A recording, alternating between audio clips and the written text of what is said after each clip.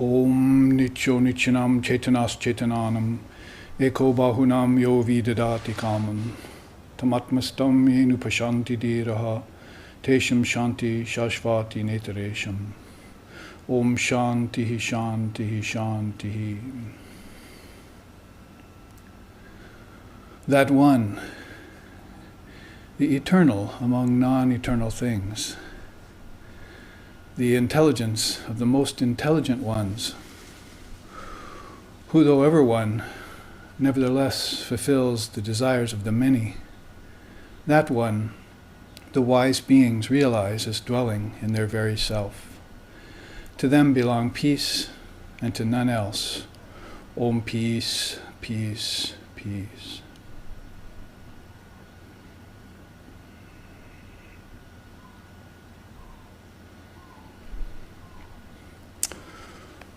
Om Sahana, Om Sahana Vavatu, Sahana Bhunaktu, Sahaviryam Karvavahai, Tejasvi Navaditamastu Ma Vidvishavahai.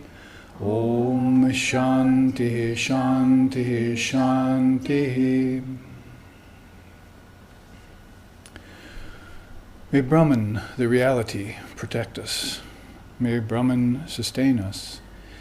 May Brahman illumine our thinking process. May we not find fault with each other, with the world, or with the teachings. And may what we study be a source of inspiration to us eternally. Om peace, peace, peace. May peace be unto us, and may peace be unto all. Om Hari Om.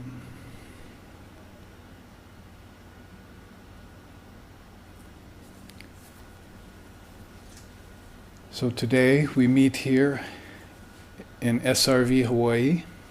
SRV associations stand for Sharda Ramakrishna Vivekananda Associations. And we have chapters here in Hawaii and in Portland, Oregon, and in San Francisco, California.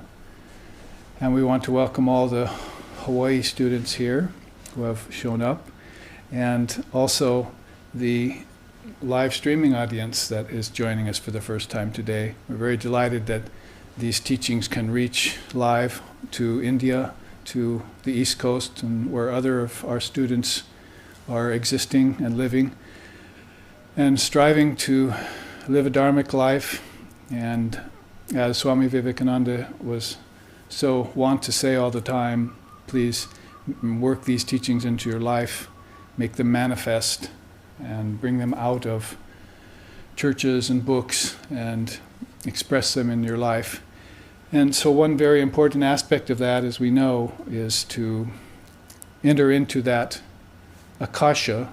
It's a Sanskrit word for space, that sublime akasha of jnanam, or atmagyan, the knowledge, maybe wisdom would be even a better word, of the indivisible self, or Atman in Vedanta. That is paramount in the teachings of Advaita Vedanta, and in this series of classes we're entering into as of last week, and these classes will also be posted on our website for everyone to view. We have begun studying about the Advaita Vedanta because SRV is very well known for its retreats on yoga, the eight-limbed yoga of Patanjali, for Tantra and its teachings in the devotional pathway and about the evolutes of Maya, and also teachings in Buddhism, which is very akin to the Vedanta and very much companion to it, and other salient systems of India like Yoga Vishishta and Samkhya Yoga, which is of course a profound basis for the Vedanta and for other darshanas, clear ways of seeing. So we like to mix it up, as they say, and show the underlying truths of all these darshanas in India, whether they be orthodox or not. Basically, they all have something very profound to offer in their own scope and in their own setting, just like a diamond set with other jewels.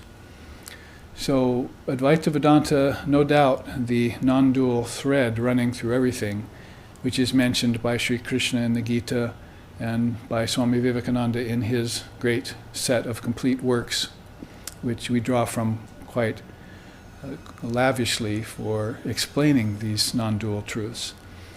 Last week, in fact, we went through these axioms of Advaita, and we found out in no uncertain terms that there are these 13 inherent characteristics of Atman. We talked about it as Ajaha, unborn, Stanuhu, stable, that's unmoving, the underlying substratum of everything. We talked about it as Nityaha, absolute, which is why I chanted this morning, Om Nityo Nityanam Chaitanas Chaitananam, that one eternal among all eternal things, the unchanging among the changing. We heard about it as Puranaha, ancient, really a better term would be timeless. Timeless awareness, as our founder Lex Hixon used to say about this indivisible self or Atman within. We also heard about it as Achala, immovable, Sanatana, eternal, Avikaryaha, inactive, which is a very profound way of meditating on the Atman, that it's immovable and in one place. It doesn't need to move because it's all pervasive. So if we think of ourselves, identify ourselves with that immovable, unchanging nature, then we ourselves experience very profound transformations of mind. We get away from the vagaries of life and the vicissitudes, and also transcend the restlessness of our mind, rajas, and get into a sattvic state and have a springboard then to get actually beyond sattva into the peace that passes all understanding, as our Christ told us. So meditating on each one of these words, which are inherent characteristics of the Atman, and I hope you understand what that means. It's not like ornaments on a tree. It's actually the green of the tree, the very color of the tree itself. Its inherent characteristics mean this is what the Atman consists of. We're not trying to assign attributes to the attributeless Brahman, but we're actually pointing out the inherent content in it, the substance, the immutable substance. It's Shashvataha, immutable, which means, of course, changeless.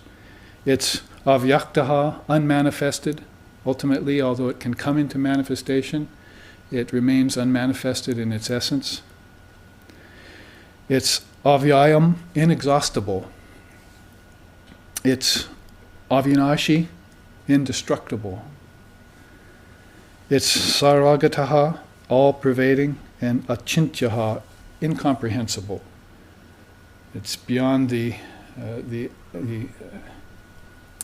ability of the human mind to comprehend, that is, which tells you two very important things. One being that you're not the mind, just like you're not the body, you're also not the brain-mind complex, but you can meditate beyond the mind and get outside of the mind's confines, and it's evolutes like time, space, name, form, and change. So each one of these words, and we won't go into them this week because we did them all last week pretty thoroughly, is a means for meditation. In the beginning was the Word was with God, and the Word was God.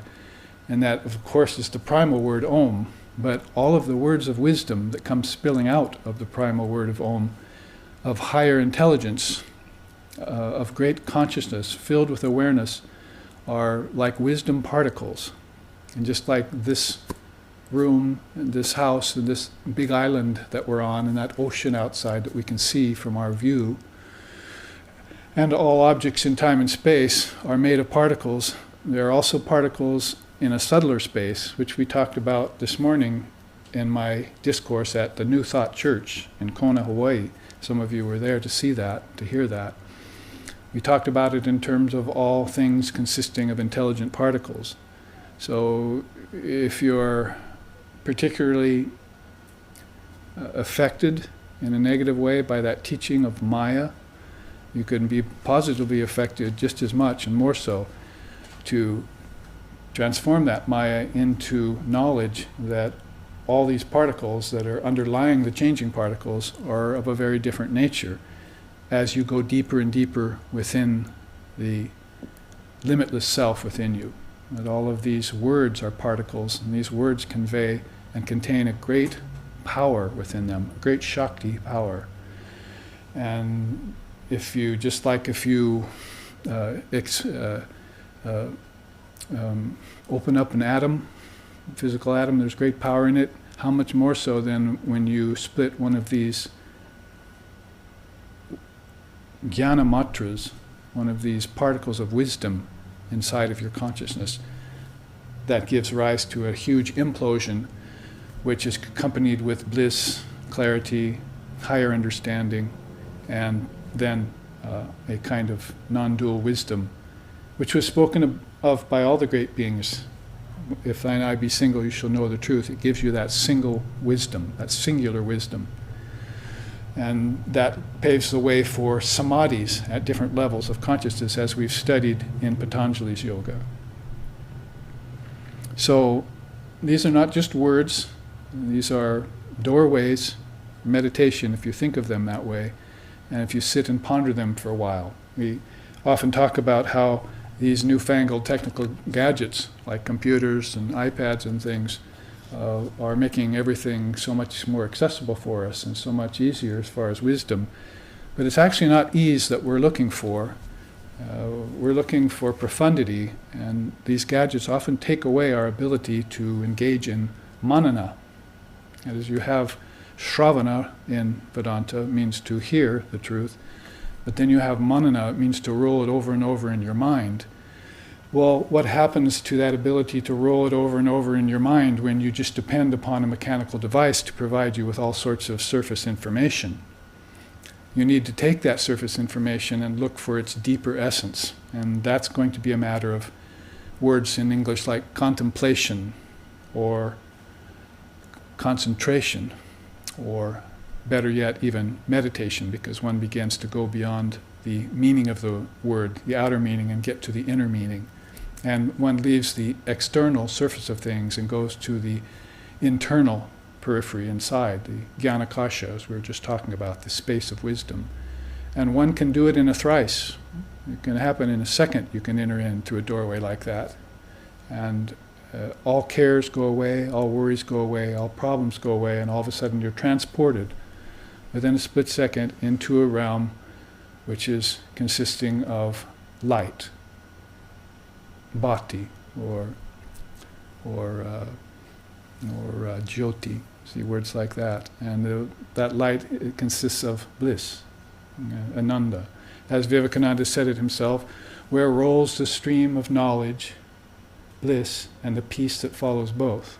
Or, he said, maybe knowledge, peace, and the bliss that follows both. Whatever the case, one feels that combination of very powerful and profound characteristics, which are much like these characteristics of the Atman itself. It is nothing else than your true self coming forward to reveal itself to you, whereas unbeknownst to you, previously you had not seen it, because of the limitations of your own intellect, says the Svetashvatara Upanishad.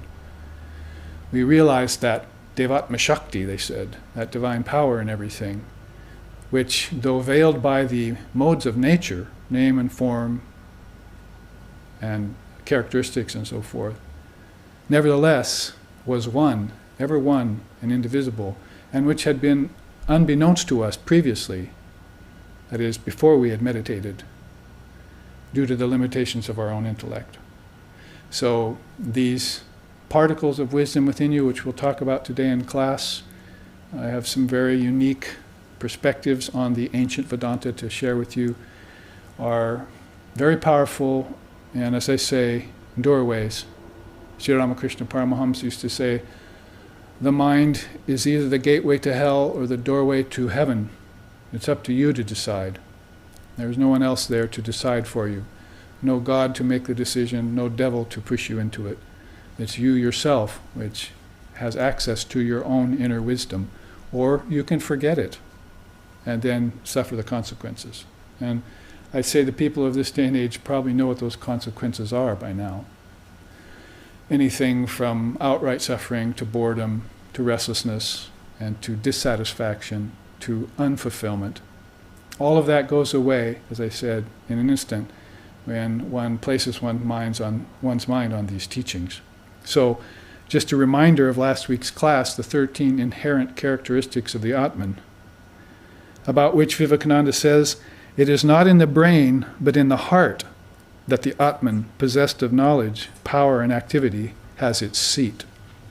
The chief nerve center near the heart, called the sympathetic ganglia, is where the Atman has its citadel.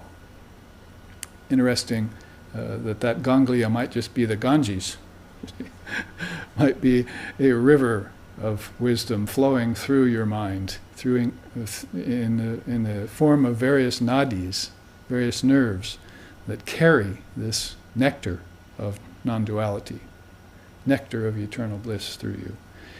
Now one just needs to dive in.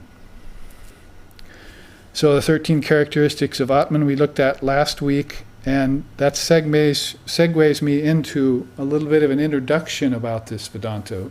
We feel like Vedanta, as has been described, is rather like an underground river. And it nourishes everything on the surface, yet itself has not had its heyday yet. That is, through various yugas and through periods of time it has surfaced and shown its brilliance. But then it always goes below the surface and remains untarnished, sort of like the lava here on our big island and the live volcanoes. It goes underground and works its way towards the ocean, covering itself with a cooling influence. And so it can run longer and reach the ocean. Much like that, this wisdom of Vedanta stays veiled over ages and comes forth. And with the advent of beings like Swami Vivekananda, we see it coming forth in full force. Of course, his great teacher, Sri Ramakrishna Paramahamsa, and his divine wife and consort, Sri Sharda Devi, who is my teacher's teacher, they also are signs, great signs that this Vedanta is upon us and its time has come, and the destruction of ignorance and the removal of suffering is the result for those who take recourse into it.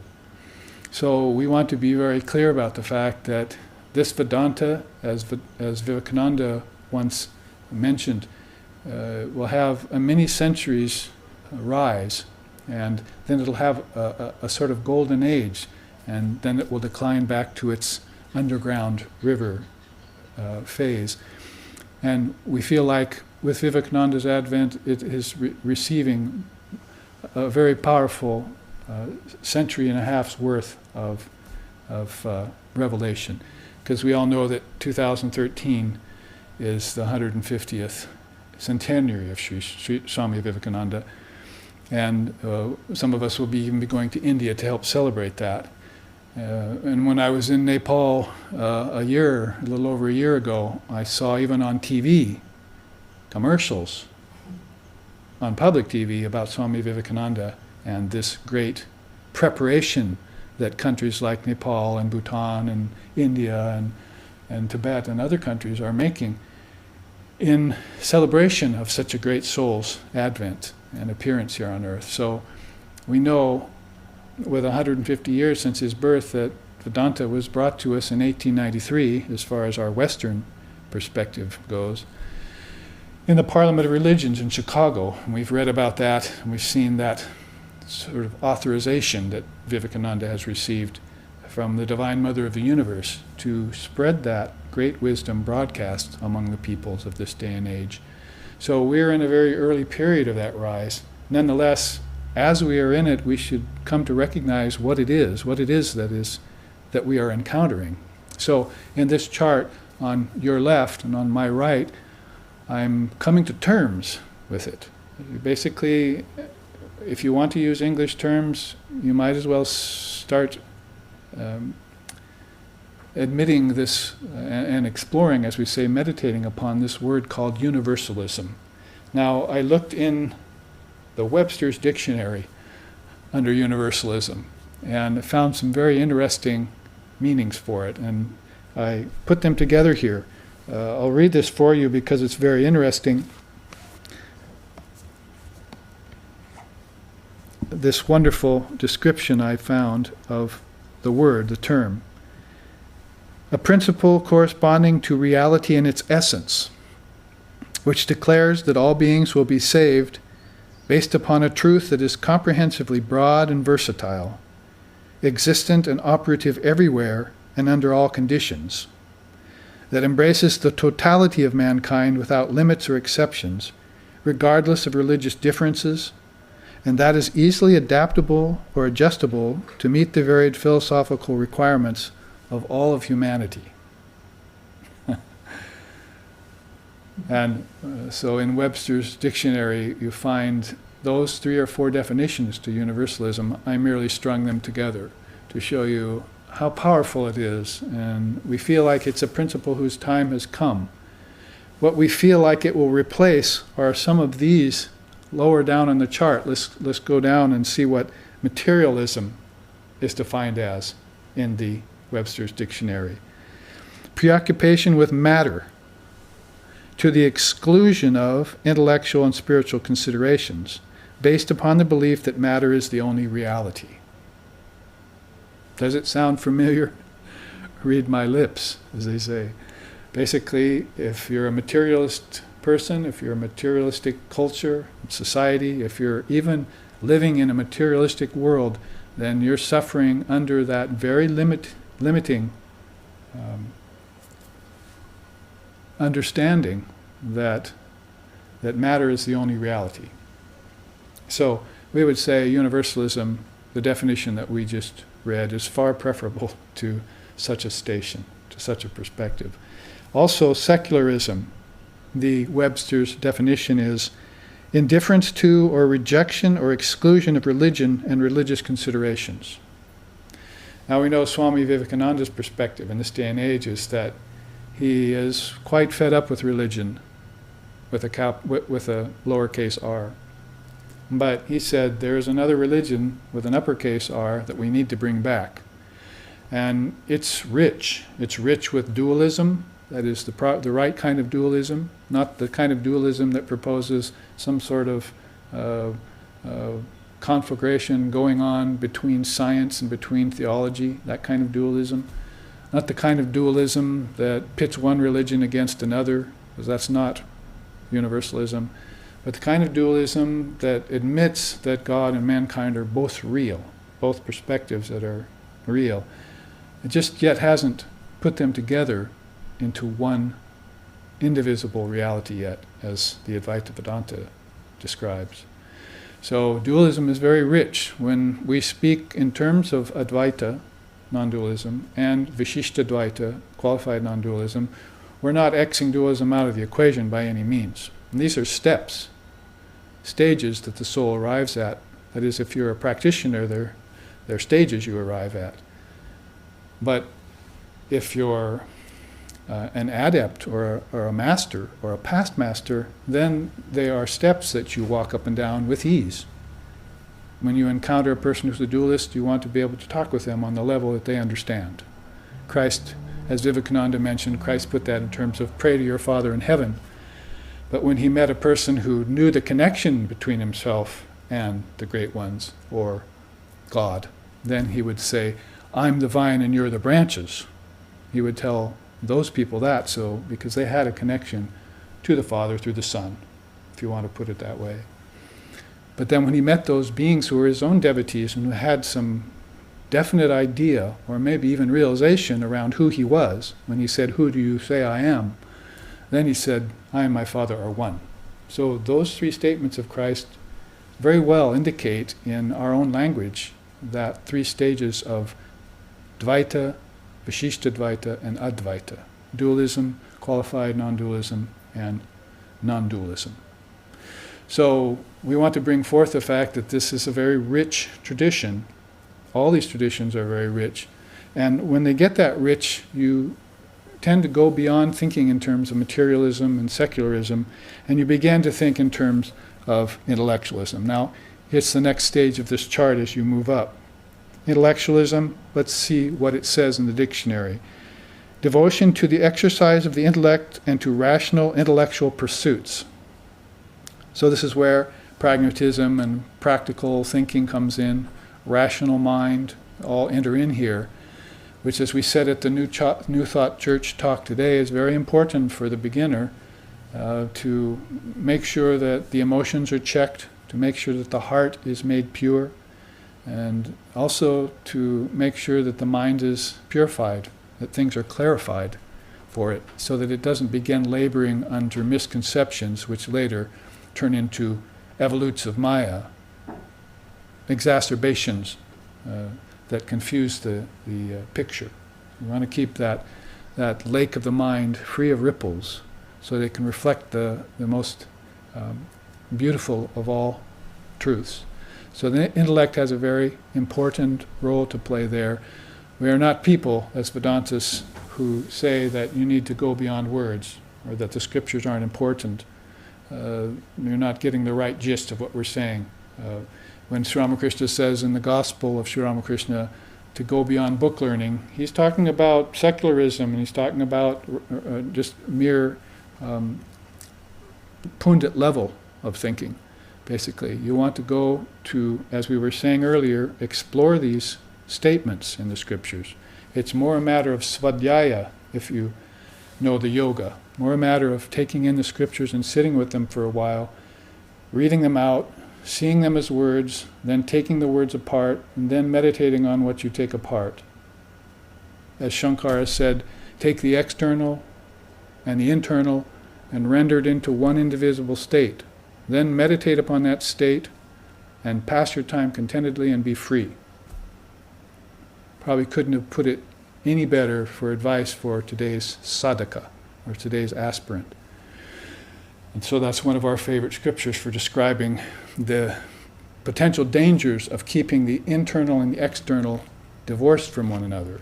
No connections. Like no connections from the senses to the elements.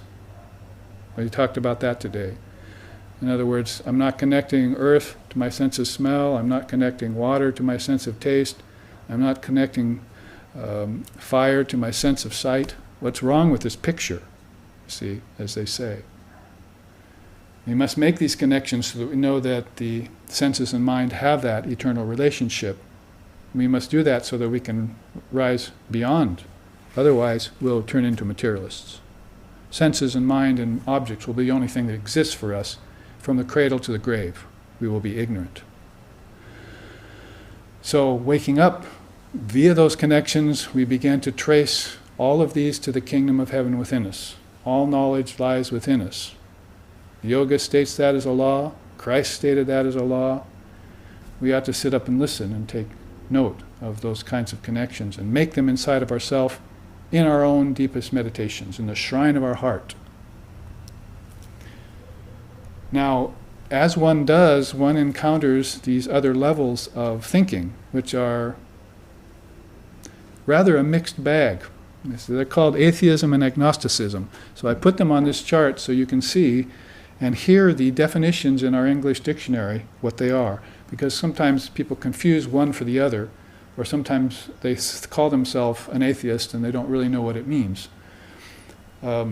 We even hear that Vivekananda said he felt like he was an atheist in his teenage years, and it was actually a matter of meeting people in the West later who were atheists, who he thought were better people than religious people were. So it begins to sort of outstrip the old conventional ways of thinking when we meditate on these words and we think what the real ramifications of them are. So here we go with the definition for agnosticism: the doctrine which espouses the belief that God is unknown and unknowable. Wow, it sounds like Advaita Vedanta. See, what great religion like Buddhism and so forth, and Islam has not, and Judaism has not said God is unknown and unknowable. Well, that's why I just cited that sloka from the Svetashvatara Upanishad that says it was unintelligible to our minds previously until we began to meditate. When you begin to meditate, you cut time down You cut space away, and cause and effect leaves the periphery, at least for the time being, and you begin to center in on something that is immovable, immutable, unborn. Read the chart that we just went through, the 13 characteristics of the Atman, your true self. And when you begin to center in on that, then you have begun to uncover the secrets of Indian scripture, of these great philosophies, these darshanas. And you can say, without getting confused, yes, God is unknown and unknowable to the mind in Maya, to the mind that has not experienced samadhi yet, to the mind that hasn't leaped off its own station and developed a satellite station somewhere deeper inside of itself to dwell in. A subtle body, they call it, or a causal body. That's where you go in deep sleep tonight, and in dream. You go to another station, sort of like a satellite station, using it metaphorically speaking. You go within to these other stations, and your consciousness will stay there for a while. And from that state that it is in at present, it can look out, or look inward, as the case may be, and see all of these great wisdom teachings. They're like light particles shining. As you would just admire a sunbeam shining on a grove of trees. See? Inwardly you could also see this land of wisdom, this Gyanakasha we're talking about. And then you would know that you're beginning to leave the confines of the ordinary mind. So yes, unknowable and unknown to the ordinary mind. But to that mind that has made itself pure, call it pure mind, call it Buddha mind, call it original mind, call it non-dual mind, it's a different matter. So don't stop at agnosticism. You may move deeper.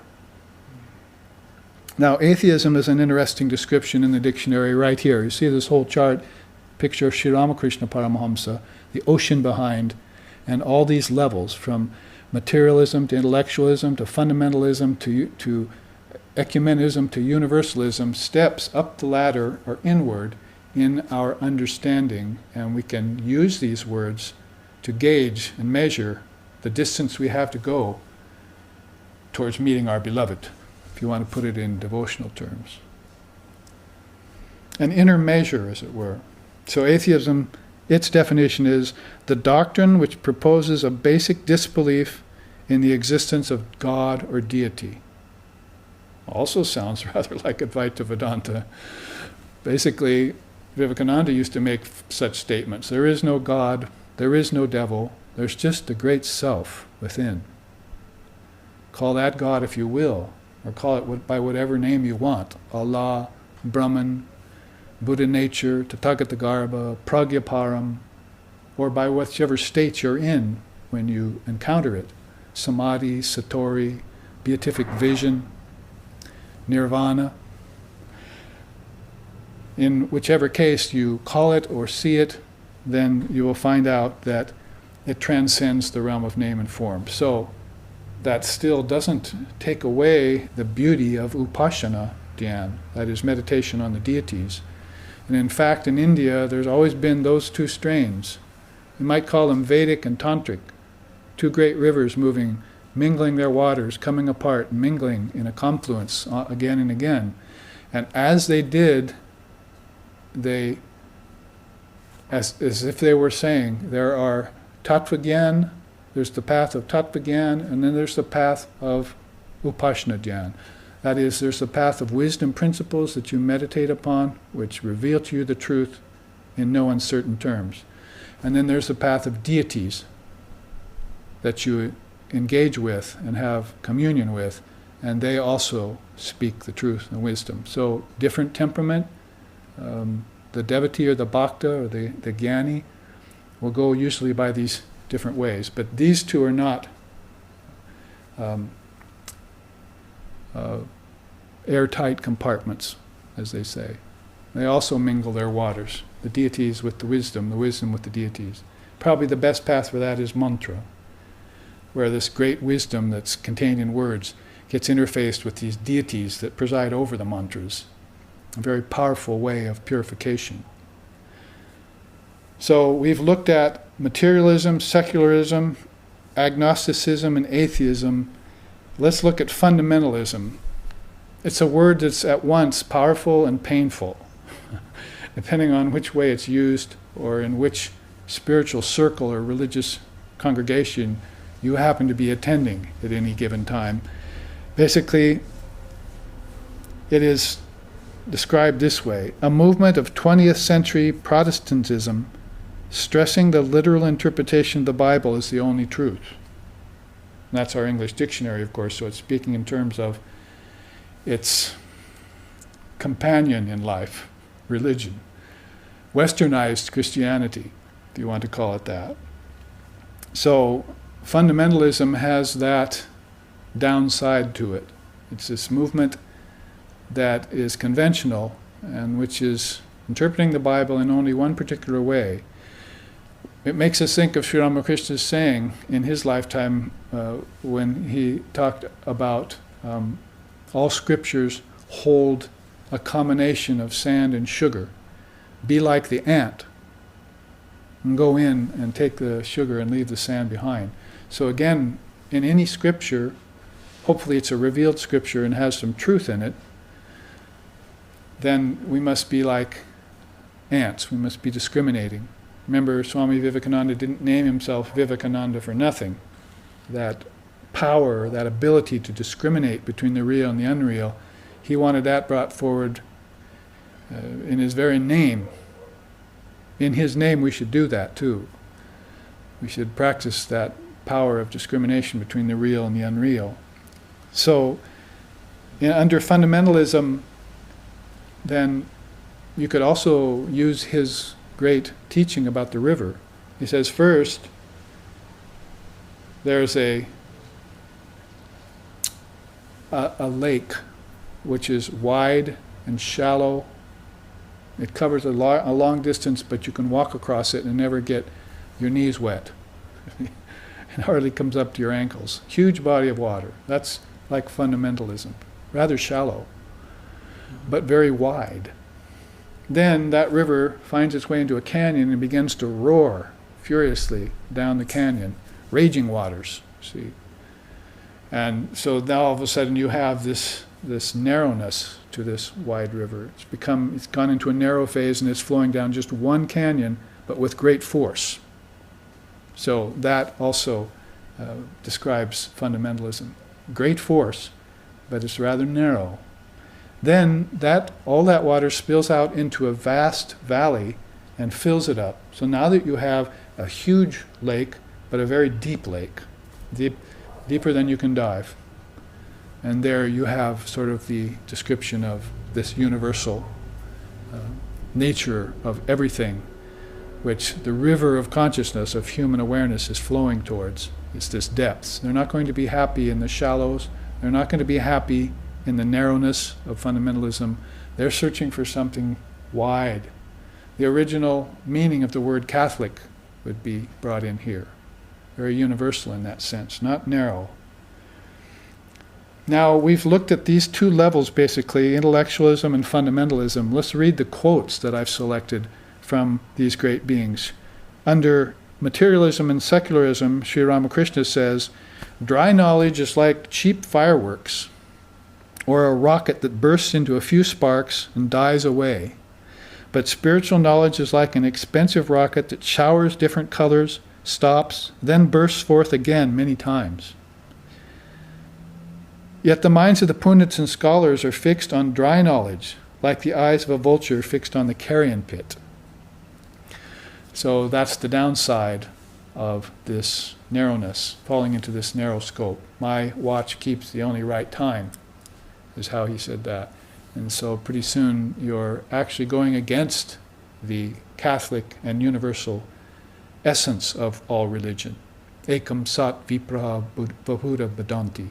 That is, there is one truth. Sages call it by many names. There is many paths to the mountain, but the mountain, the summit is the same. However you define that, this is the idea of this wide open approach. And that's well evinced in this next quote here, which Vivekananda, drawn from Vivekananda's direct works, he says, "We reject none, neither theist, pantheist, monist, polytheist, agnostic, nor atheist. The only condition of being a disciple is modeling a character at once the broadest and most intense. We leave everyone free to know, select, and follow whatever suits and helps him."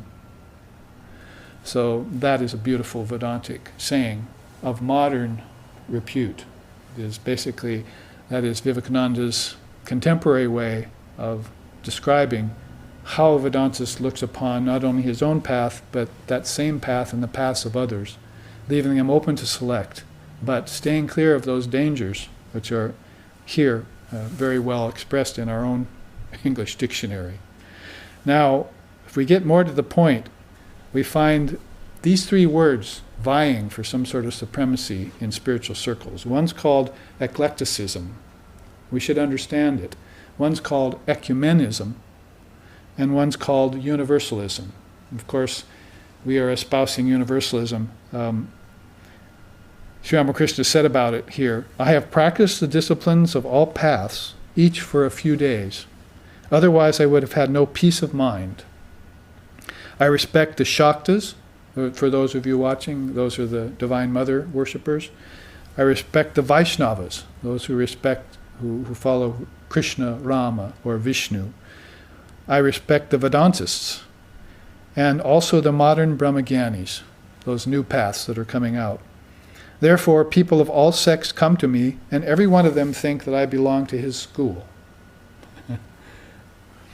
Now, to make that a little clearer, let's go to the quote at the bottom because it connects. In a simple story, he gives us the idea of a universal mind. He says, "There once was a man who owned a dye tub. Such was its wonderful property that people could dye their clothes any color they desired by merely dipping them into it. Observing this unusual phenomena, one clever man approached the owner of the tub and said, 'Sir, please dye my cloth the color of the dye in your tub.' So he did not specify a color. He saw that whatever color, whatever cloth was dipped into that tub came out the color that was desired for the person who desired it. So basically that's this idea of universalism.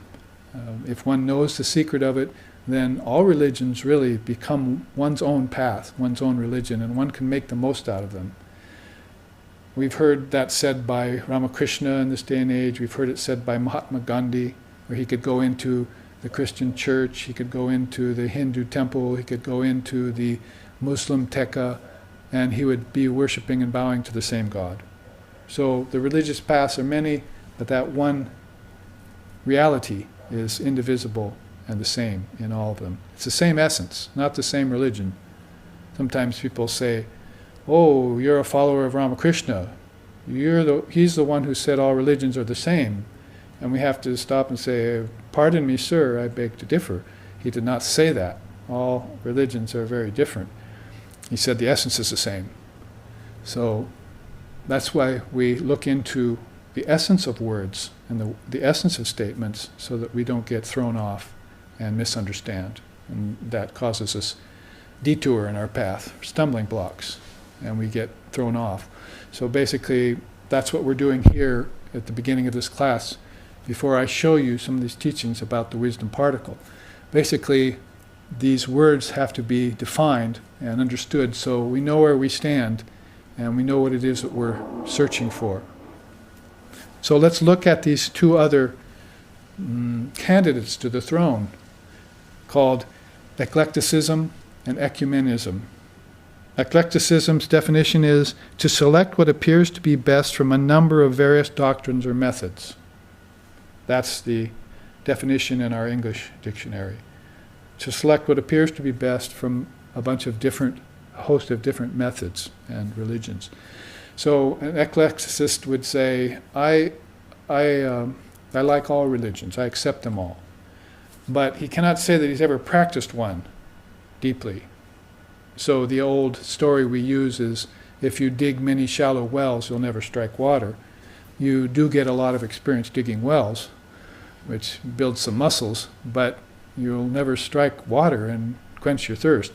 So the idea here being is that this one deep well is going to be something you're going to want to accomplish in your lifetime, in any given lifetime, in order to reach the essence. Because once you know what the water in your well is like, you will be able to say, it's the same water in my neighbor's well, and in the wells in other countries and other people. It's the same in all religions. You will know the essence.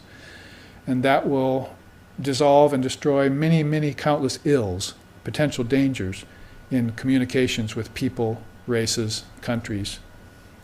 So ecumenism is again like a doorway. It needs to be furthered. Eclecticism.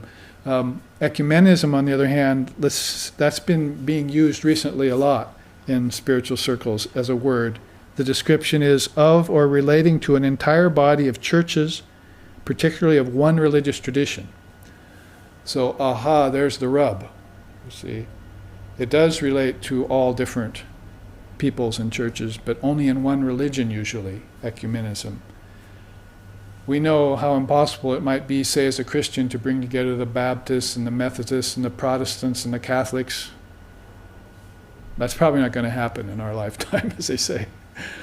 There's just too much difference in understanding about teachings of Christ. We even have, basically, in our own India, in recent times, Sri Ramakrishna said he went from village to village, and they were all, in each village, they were arguing with each other about the Krishna in the last village. Oh, they worship that Krishna, but we worship the real Krishna in our village. That village isn't worshiping the real Krishna. So this is narrowness. This is a kind of very detrimental fundamentalism that is accompanying people's minds. So basically we stay in the dark ages, religiously speaking. We don't know what spirituality is, but we don't even know what true religion is. And that's, of course, something that needs to be rectified. So you can go amongst all the Buddhist schools, you'll find difference of opinion, and you'll find the same in Christianity and Hinduism and so forth. So ecumenism runs that one risk, is that it does try to get everyone together around the general meanings of the teachings of one great seer, or one great prophet, or one great avatar. But it's at the same time overlooking that there are many, many other religions out there. Like our psychotherapy in the West might be overlooking the fact that Freud and Jung probably never had a Hindu person on their therapy table. So the idea of many lifetimes might not have occurred to the Western thinkers, many of them, who are scientific. So this is also a kind of dualism I mentioned earlier, this problem between theology and science. We have a way of rectifying that too by talking about particle theories. Both science and religion can understand each other if they think in terms of particles. We'll get to that later. So now we arrive at the pinnacle, what we're calling universalism, and that wonderful description there next to Sri Ramakrishna. I just can't help but read it again in case it went by you too quick. And then we'll move from this chart to another teaching. He says, that is, the Webster's Dictionary says, a principle corresponding to reality and its essence which declares that all beings will be saved based upon a truth that is comprehensively broad and versatile, existent and operative everywhere and under all conditions, that embraces the totality of mankind without limits or exceptions, regardless of religious differences, and that is easily adaptable or adjustable to meet the varied philosophical requirements of all humanity. Sounds like something you could get behind, doesn't it? Something whose time has come, something you've been looking for, something you've been feeling deep in your heart and thinking about in your mind, but unlike Mr. Webster, maybe didn't have the words to come forth to describe it. So now we have it well described for us, even in our own English language, what to speak of Sanskrit or Arabic or Persian or other languages. There it is, staring us in the face, this principle, this ideal whose time has come, universalism, and that's why we bring forth in the name of Sri Ramakrishna Paramahamsa, Sri Sharda Devi, the Holy Mother, and Swami Vivekananda, the great Swami, this teaching on universalism, pairing it up nicely with the Vedanta. Call it the Neo-Vedanta if you want, the new expression of Vedanta in this day and age. It's something that is refreshing and invigorating, especially religiously and spiritually speaking. So let's move from these waves of mature universalism into another teaching.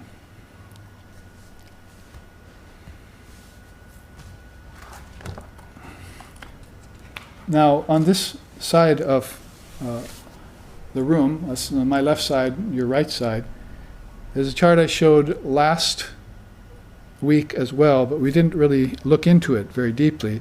Basically, I just want to show it and explain some of the entries there. Sri Ramakrishna had a beautiful saying about this. He called it the Sanatana Dharma. And although that Sanatana Dharma, that term has been used by different organizations in India to describe certain lineages or sampradayas which aren't actually practicing wide open universalism yet, nonetheless, in its Sanskrit origination, it means eternal religion, an eternal religion of the ancient Aryans, the ancient rishis. He says here, the eternal religion of the rishis has been in existence for time out of mind. The Sanatana Dharma contains all forms of worship. Worship of God with form, worship of the impersonal deity. It also contains all paths, the path of knowledge, the path of devotion, of action, so on. Other forms of religion, like modern cults, only remain for a few days and then disappear. But the Sanatana Dharma declared by the rishis will alone endure. We know the truth of that last sentence by the fact that it has been here for many, many millennia. Probably conservative estimate 5,000 years BC, probably more like 10,000 years BC. We've been receiving these teachings from the ancient rishis, the Vedicists that came through, and also the Tantricists that lived along that Indus River and worshipped Shiva and Shakti, and many great teachings, both in the school of Bhakti and in the school of Jnanam, came forth, got fused, and turned into this wonderful pathway for elevating souls, for freeing souls. When we speak about Mother India, we speak about the mother of all religions. That's an expression that's been used for her, and not for no good reason either. We see that basically there is this long-lived scriptural history and this admixture of four yogas, basically, karma, jnana, bhakti, and raja, or meditation yoga. Very comprehensive path has been put together over time, and many, many great seers and saints and sages and saviors have come forth. That's an indication. That's a very strong indication. Usually when great souls want to be reborn, they're doing so through Mother India. So many sages and saints and seers, so many scriptures have come out of India that it's very hard to deny that profound subcontinent and what it has given us. Mother of all religions is a good expression then. Here you see just sort of a facsimile of that laid on an image I found in Nepal when I was there a year ago. Basically, you see on either side here some of these profound pathways. Shaktism, that Sri Ramakrishna mentioned, the path of the Divine Mother reality. Vaishnavism, the path of those who worship Rama, Krishna. Shaivism, the path of those who worship Shiva. Buddhism, Ganapatya, that is basically those who worship Ganesha. Jainism, Saurism, Sikhism. There are a whole host of these great pathways which have been existing from time out of mind, and there at the bottom is that word Advaita, basically this single strand of non-duality or not two-ness, they sometimes say, that weaves them all together like a great tapestry. Now, even below that you see here Karma Yoga, Raja Yoga, Bhakti Yoga, and Jnana Yoga. The 4 yogas which are suitable to the 4 temperaments of people. That is, the Karma Yogi would be the active person, the Raja Yogi would be the contemplative person, the Bhakti Yoga would be the devotional person, and the Jnana Yoga would be the introspective person. So contemplation, introspection, action, and devotion, all fused together, have been called by terms that people have been using lately, like integral yoga, the synthesis of yoga, Purna Yoga. And it's a gift from Mother India. And interestingly enough, you see all these 4 yogas exist in all of these traditions. Each one of them has their wisdom side, each one of them has their devotional side, each one of them has their contemplative and meditative side, and also the side of activity or action that they engage in. So even if you just take a half of the side of this page of this chart and look at it, you'll find out these interconnections in religion that make for a true religion.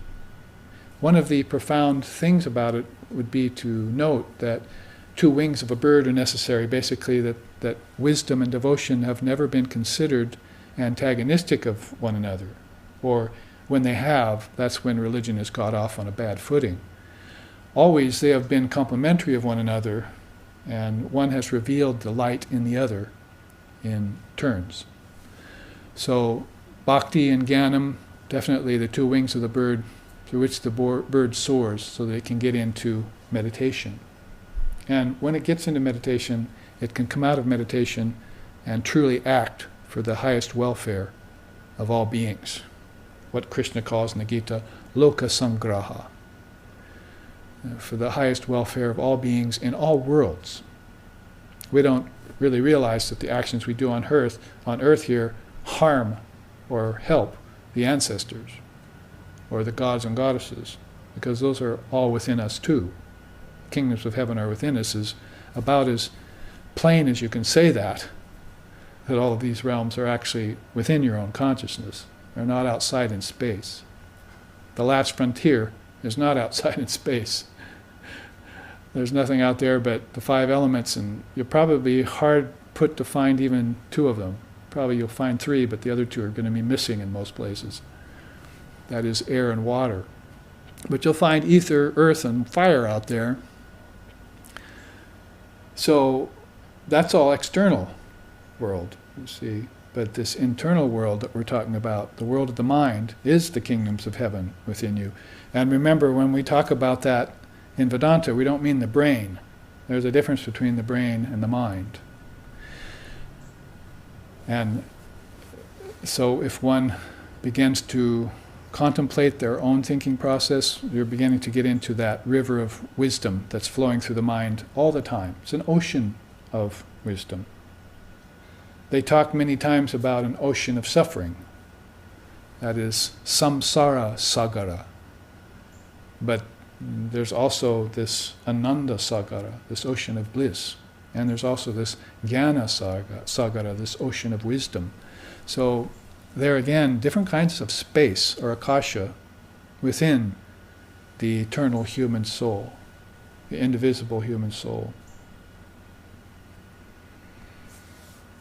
Now, if you look on the other side of the chart, you see this tower of non-dual truth, and you find out that the Mahat, the cosmic mind, unmanifested Prakriti, and manifested Prakriti all are ways of saying different levels of this great power, this great tower of non-dual truth. Unmanifested Prakriti is like your deep sleep state.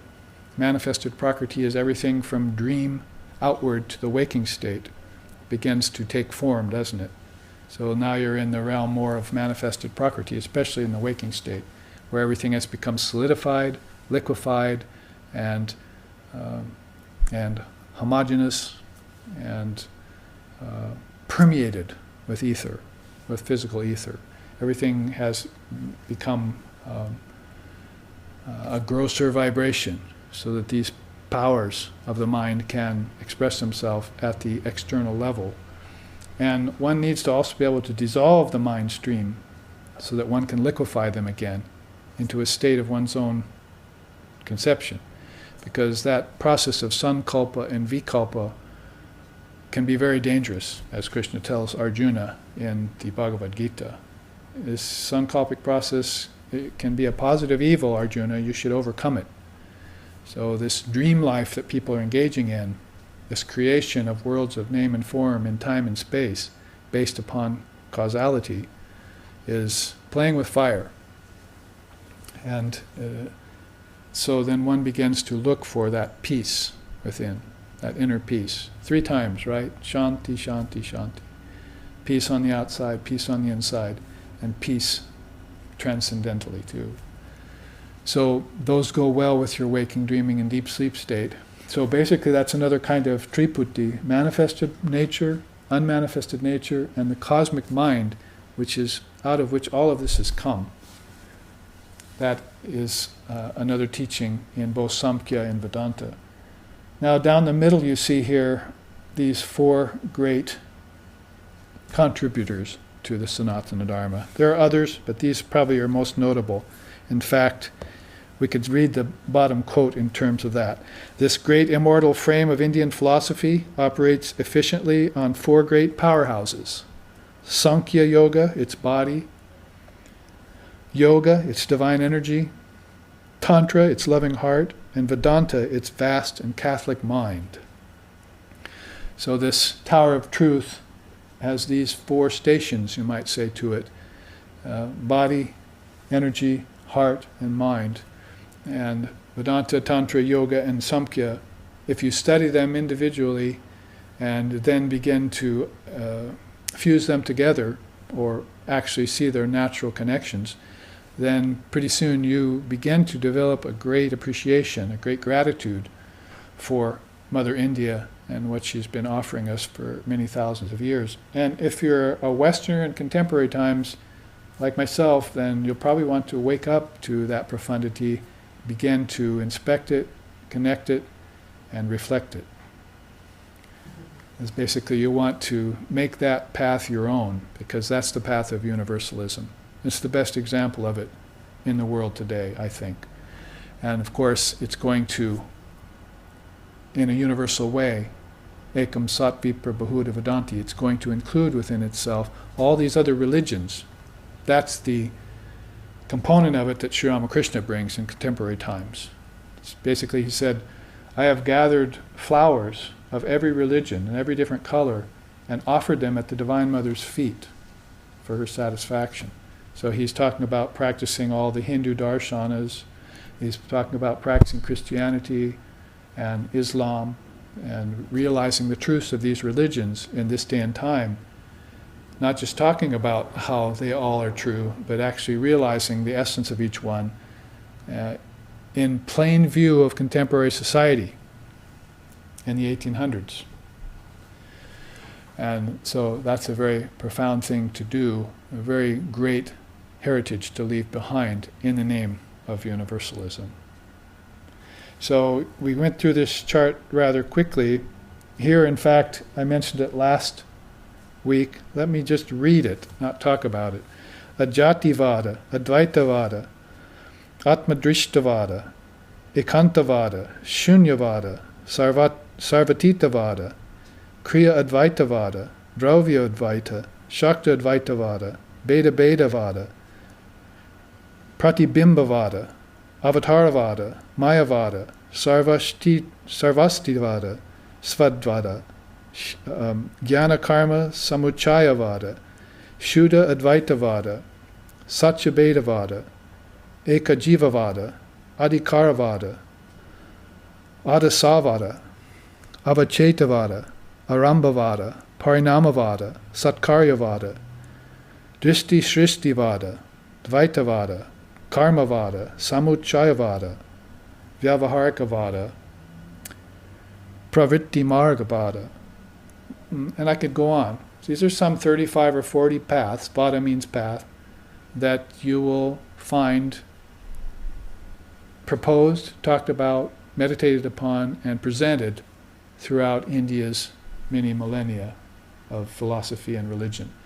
the joining of philosophy and religion. All of these paths could be taken apart and looked at. We've done it before in retreat and given their definitions and show how people of different temperaments in different parts of India and now across the world, thanks to Vivekananda jumping the ocean like Hanuman and bringing these great teachings to us, find how they're proceeding through one of these different pathways, or sometimes more than one at a time. Sometimes they join several. You could be a follower of Avatarvada, that is following the incarnation. At the same time, you could be practicing the Karmavada and the Jnanavada paths.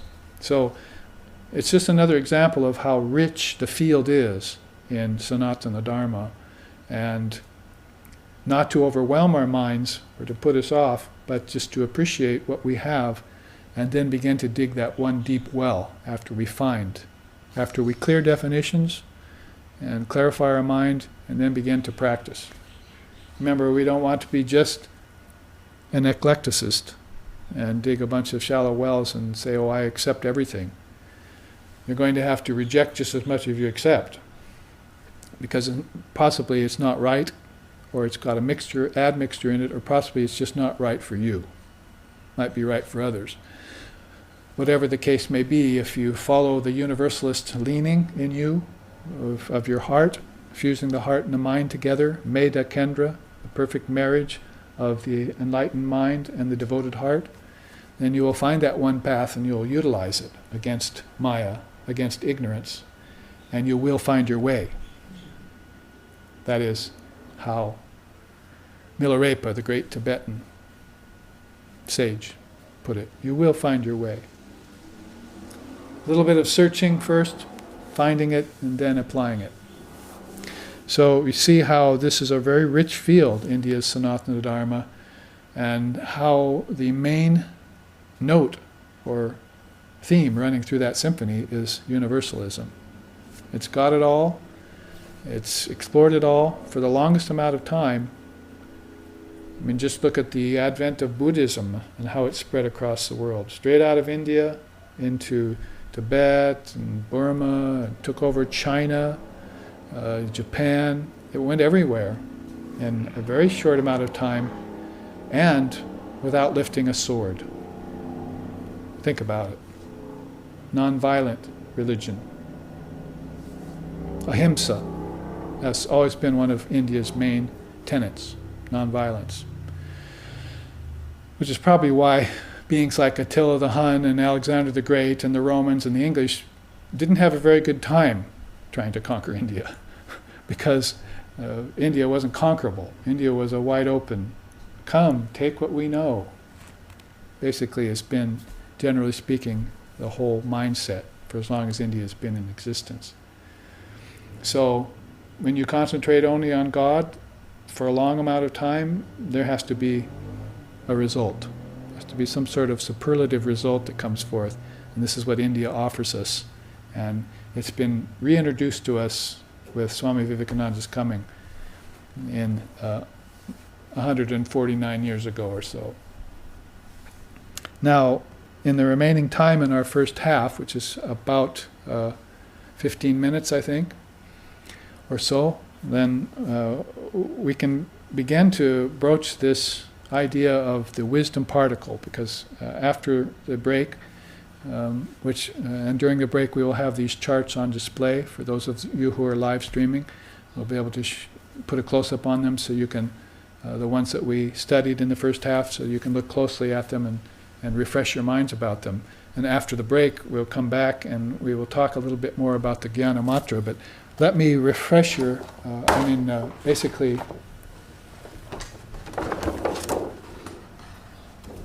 introduce it to you in terms of a chart here.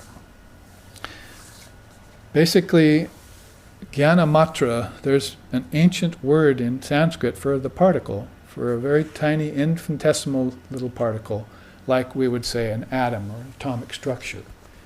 Now, I've often said that you've been looking into the nature of matter in science, in physics, quantum physics, and you've come up with the teaching of the atomic particle, but you've completely overlook the atmic particle. So from atomic to atmic is a very different direction of search that you want to engage in if you're going to be a scientist of the spirit. And so you might say that starts off with some sort of metaphysics, some sort of understanding of life force. And of course that's a major missing piece of the puzzle to us in the West. Only our shamans, a few of them, our healers, are any bit, to any degree, aware of what's called prana, or life force. That is, man does not live by bread alone. Christ was talking about probably prana, or a life force which animates things, which causes you to move your arm, and which causes you to speak and listen and hear, and also to formulate your thoughts. This same prana also takes you from different bodies to different bodies at the time of birth and death. It takes that transmigrating soul from one sheath to another sheath. It also helps you go from sheath to sheath in meditation. That same prana will help, like the great Garuda bird that carries Vishnu on its back, the great dragon. This prana is like this great carrier of thought and consciousness at its different levels of inception, at its different levels of development, until finally it goes beyond all inception and development and realizes itself as Atman, stable, unmoving, unchanging, so forth, as we already described. That's not a transmigrating principle anymore.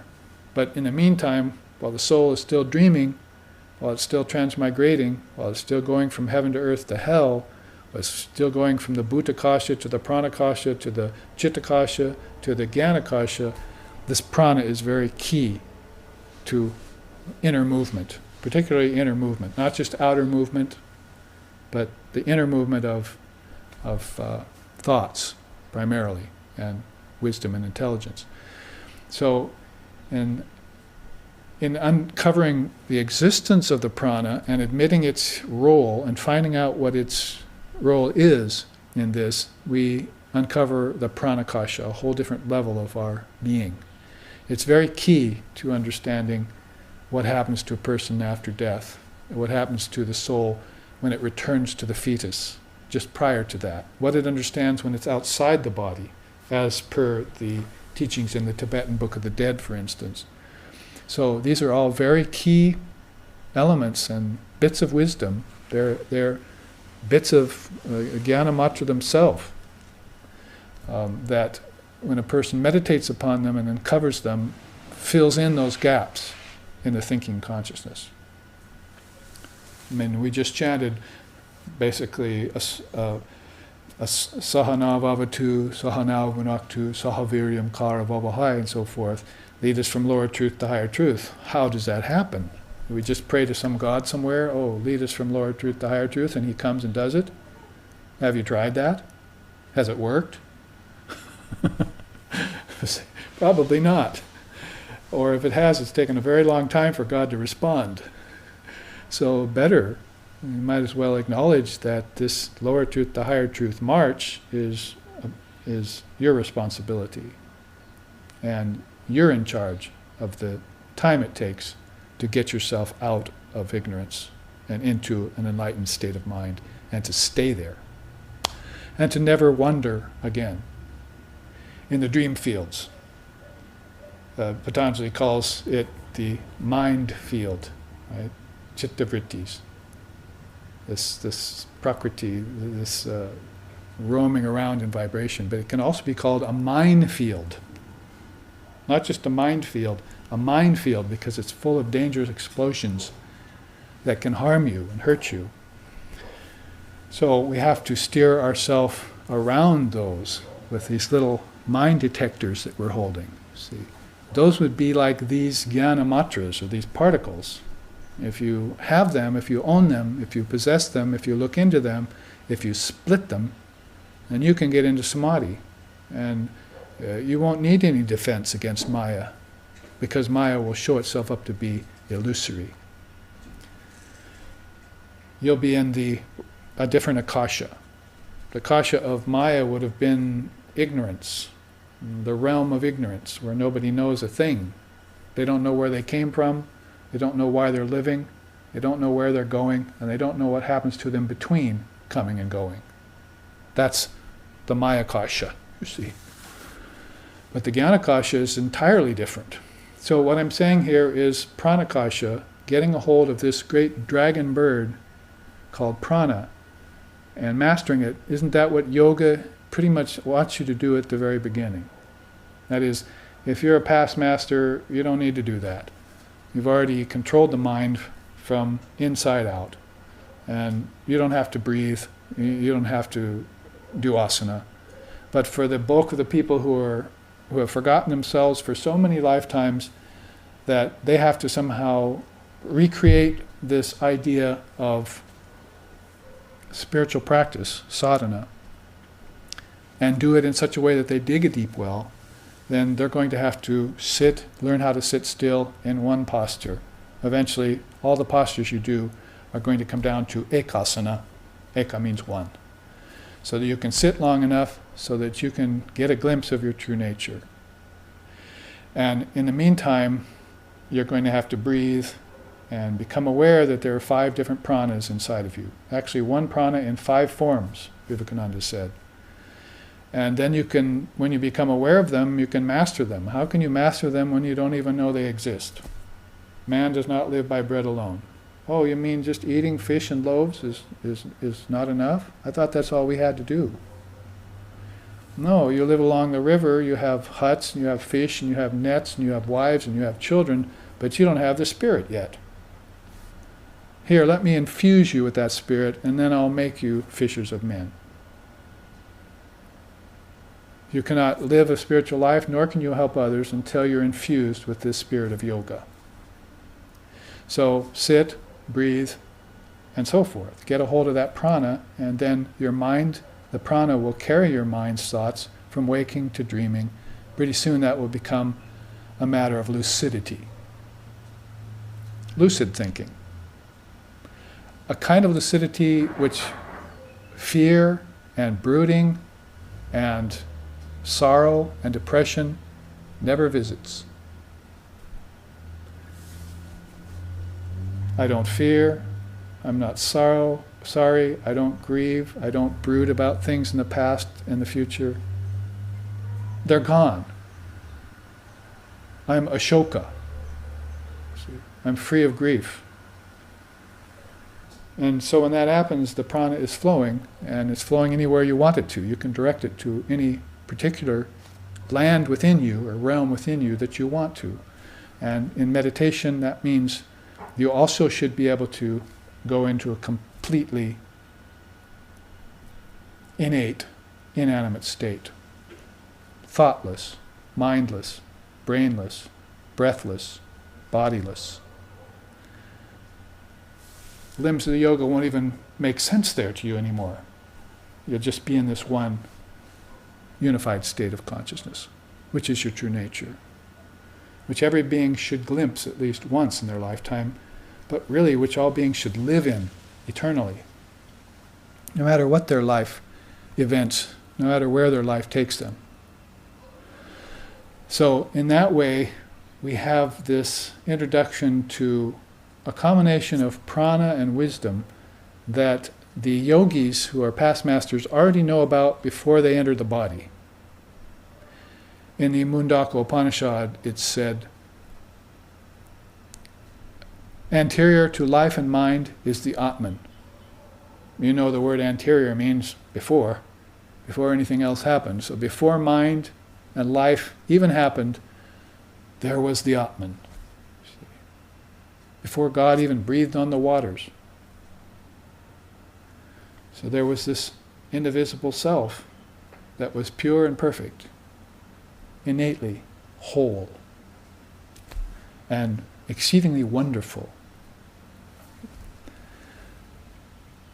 So if it's anterior to life and mind, then it must have been before all karma, must have been before birth and death, before my series of lifetimes, before my mind had to start thinking, before my lungs had to start pumping, before my body had to start twisting itself into pretzel shapes in order to try and realize that which is beyond the body.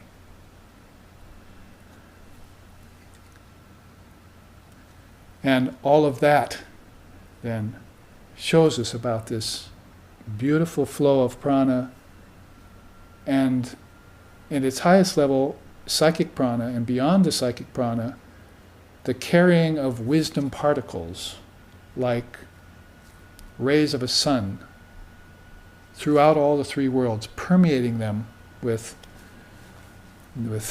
knowledge, truth, and the bliss that follows both. That's the Jnanamatra. So if you get a hold of that prana, then it won't be long before you'll find out what it's carrying. Like they say in India, a bullock goes to marketplace carrying a bag of sweets, but it can never taste them. You don't want to be like that.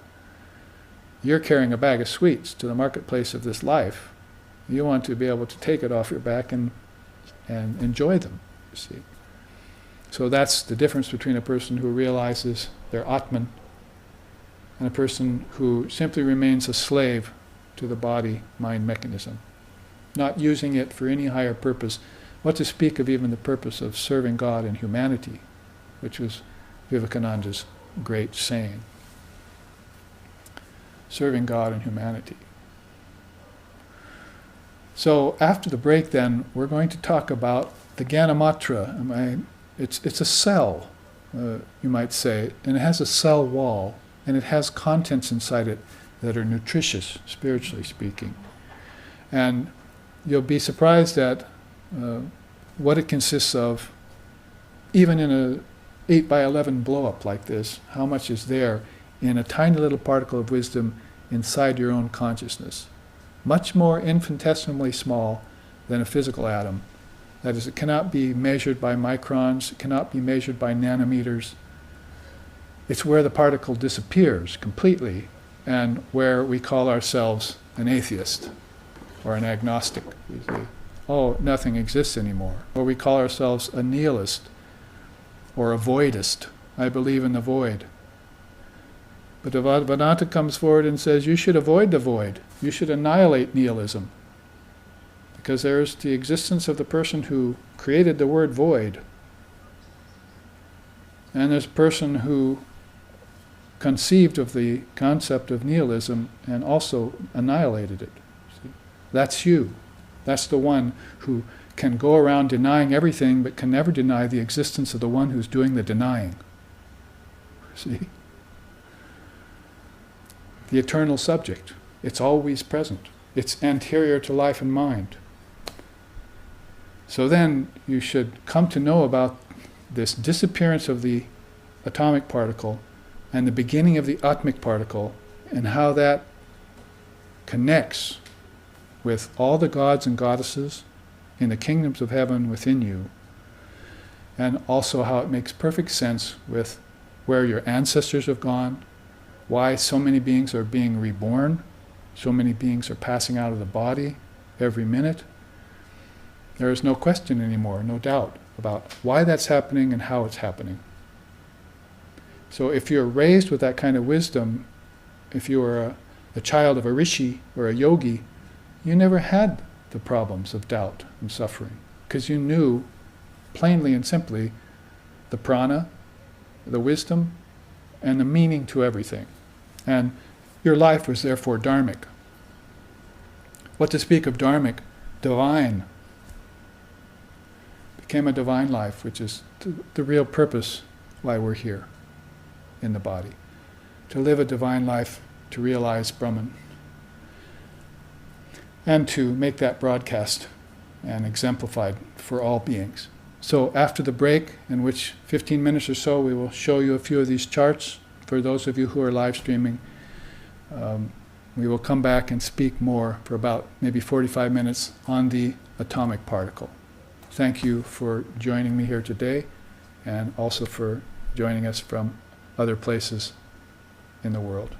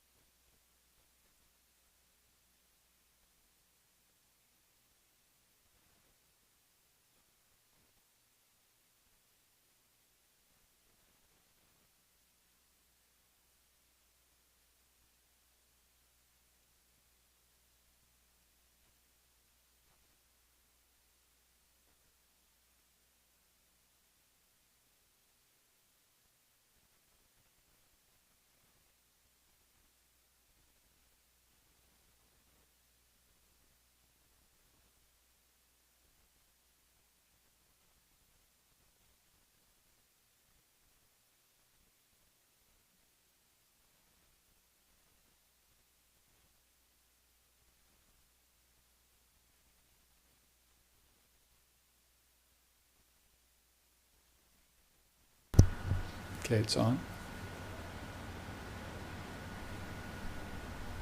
Okay, it's on you. And we resume the second half of our class in the Vedanta Darshana here at the Hawaii chapter of SRV Associations in a little town called Honoka'a. And outside, the rain has come during the break, saturating everything outside, and the fog has moved in, and we are cozy here in our little ashram in the mountains of Hawaii, far out in the ocean, 3,000 miles away from any land, surrounded by Ganga Pacifica, as we call her, our own Mother Ganga, Hawaiian style.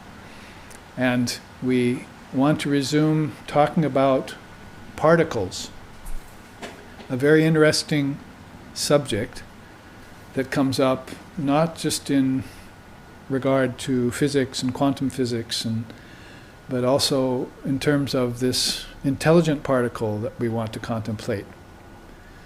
We could try and wrap our minds around that, but actually our minds are consisting of thousands and thousands of those little particles, all pregnant with wisdom of our own inception, of our own understanding. So we want to look deeper into the jnana matra, the particle of wisdom. Gives us an idea of the sacredness of our own self and the great extent to which we are divine, that mankind is divine, is God walking around on two legs, as Swami Vivekananda told us. It's just a matter of realizing that so that we don't make a mockery or a sham out of this great philosophy called Advaita Vedanta. And as our mind expands in its capacity to know Brahman, as the Shanti, Shanti, Shanti, as one of the peace chants says, then we will more and more over time realize this great self within us. That is, Sri Ramchandra in the Adhyatma Ramayana says that realization dawns on the mind by stages. So if you're getting flashes, that's a stage. Which doesn't mean that you can run out and proclaim yourself to be a knower of the Atman or a knower of Brahman yet. There are certain signs to knowers of Brahman that we've come to understand through the descriptions of the enlightened souls. And those are evident on the personage and in the lives of great beings like Sri Ramakrishna Paramahamsa and Ramana Maharshi, and beings, yes, as contemporary as that, but also of very ancient times too. So I would probably say that when you're seeing a teaching like the Jnana Matra, it is a Neo-Vedanta expression. That is, it's something I've put together from my own understanding after listening to great teachings from Swami Asheshananda Maharaj, who was Holy Mother's devotee and my guru, my initiatory or mantri guru, and Swami Nityaswarupananda, also Holy Mother's disciple, and other great swamis and teachers I met, including Lex Hickson, the founder of our association, who was a disciple of Swami Nikhilananda in New York, that having pondered over 40 years on the Vedantic truths, then I've brought forth certain aspects of it that I think are most applicable to our culture in the West at this time, although I'm finding it also to be very helpful to the Hindus, some of them who are hopefully listening live streaming right now, some of my students in India, because they have become somewhat alienated from these teachings of the Upanishads and need to reconnect with them, as Vivekananda observed when he was in the body in the 1800s. So, and early 1900s when he passed away. So this Jnana Matra is a very profound teaching. It's a precious treasure to all the lovers of the Dharma. And if you look at it here in front of you, let's take the quote first, because it gives you an idea from the ancient Vedantic perspective, a little bit about what they're saying. This quote is from the Katha Rudra Upanishad. Kata Rudra.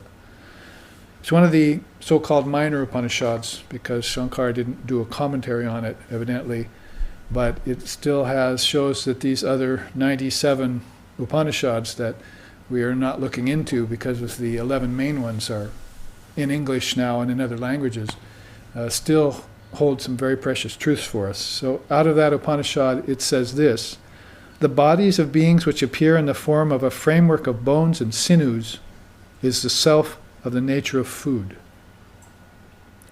Further within is the self of prana, split into 5. Deeper still is the self of the nature of mind, different from these first two.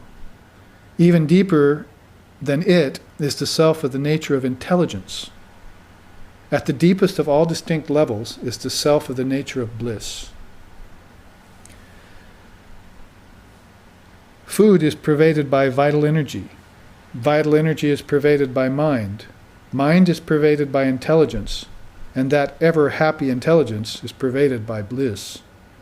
The self of bliss is pervaded by Brahman, the witness, the innermost of all. Brahman is not pervaded by anything else, neither by action, nor by begetting children, nor by anything else. Only by knowing Brahman does one attain Brahman. Now, some of you who are Vedantic students maybe realized that what is being talked about here are the 5 sheaths. That is, the bodies of beings which appear in the form of bones and sinews is the self of the nature of food. That's called the Annamaya Kosha. You see, that's Annamaya Kosha here, sheath of the body. Further within is the self of prana split into 5, so that's the Pranamaya Kosha, the next sheath inward. Deeper still is the self of the nature of mind, the Manomaya Kosha. Even deeper is the self of the nature of intelligence, Vijnana Maya Kosha. At the deepest of all distinct levels, that is, before homogeneity takes place, oneness, is the self of the nature of bliss, Ananda Maya Kosha. That was what we would call affectionately the ego, or the sense of separate self. So those 5 sheaths are like wrappings over the gift itself as being the Atman. So this is a very old and ancient, it's called the Adara system of Vedanta, of describing to people that they have 5 levels. Basically, in another system, it was called and referred to or correlated with the Bhutakasha, the Pranakasha, the Chittakasha, and the Jnanakasha, and so forth. So these can be looked at either as coverings over the individual self. They're also of a collective nature. They're also of a cosmic nature. They have 3 levels in that way. But basically, if you bring it back down to the individual, you'll have these coverings that are veils, or upadis they're called, or sheaths, over this eternal self. And as you see from the second part of the quote here from the Katarudu Upanishad, food is pervaded by vital energy, and then Manomaya Kosha, the sheath of mind, pervades that. The intelligence pervades the mind, the prana, and the Annamaya Kosha.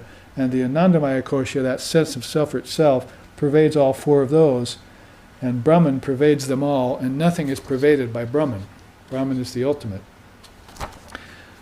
Going through that teaching really quickly, and I think basically if it is said here that evolution takes place going through those sheaths, that is, starting from the sense of individual self, the inception of who I am as an individual being. Sometimes they call that a primal error, that you separated yourself out from Brahman. You might say sort of like a hailstone becoming separate from the ocean. A drop of water separating itself from the ocean, freezing, and then eventually will have to fall back into that ocean to dissolve itself. So that first inception of a sense of separate self is that Anandamaya Kosha. Evolution is taking place, as it were, not just physically speaking, but spiritually speaking, or metaphysically speaking, as you develop an intellect, a mind, find your energy, develop a body, and then the universe and all living beings seemingly evolve from that most subtlemost sheath into the gross sheath called the body. That's where we find ourselves today, in the body. Apparently so. Now, if that's true then, and science wouldn't explain it this way, we have to go to involution, the idea of involution. The opposite should happen. That is, if you take Lord Copula's word, sunk you very much, as we say. If you take Lord Copula's word, then he avers that basically there's a chain of cause and effect that happens from the inmost to the outmost, and then there's a reverse cause of effect that happens when everything gets drawn back in the time of dissolution. Remember, that's happening not only to the individual when he is born, grows, ages, and passes from the body, and his mind is developing different levels of consciousness at the same time. It's also happening to the collective body of humanity as they're born in different races, live, and pass from the body into an indeterminate state. It's also happening on the mind of God, the cosmic level, Vyapti and Samasti. Vyasti and Samasti it's called. And so as this is happening, there's this, it's just like a breath, right? And one big breath of Lord Brahma, a held breath, and then one expelled breath. There's this huge expanse of time, and where all these beings are living this life of evolution and involution. Now, evolution and involution takes place whether you like it or not. It's just a matter of if you become aware of it. If you become aware of what's happening to you when you get born, when you live, and when you pass, and particularly what happens after you pass from the body and before you take the next birth. That's very great important. So in birth, life, and death, and afterlife, the two most important parts of those are life and afterlife. Birth and death are nothing, although some lessons can be learned at the time of death, oftentimes harsh ones.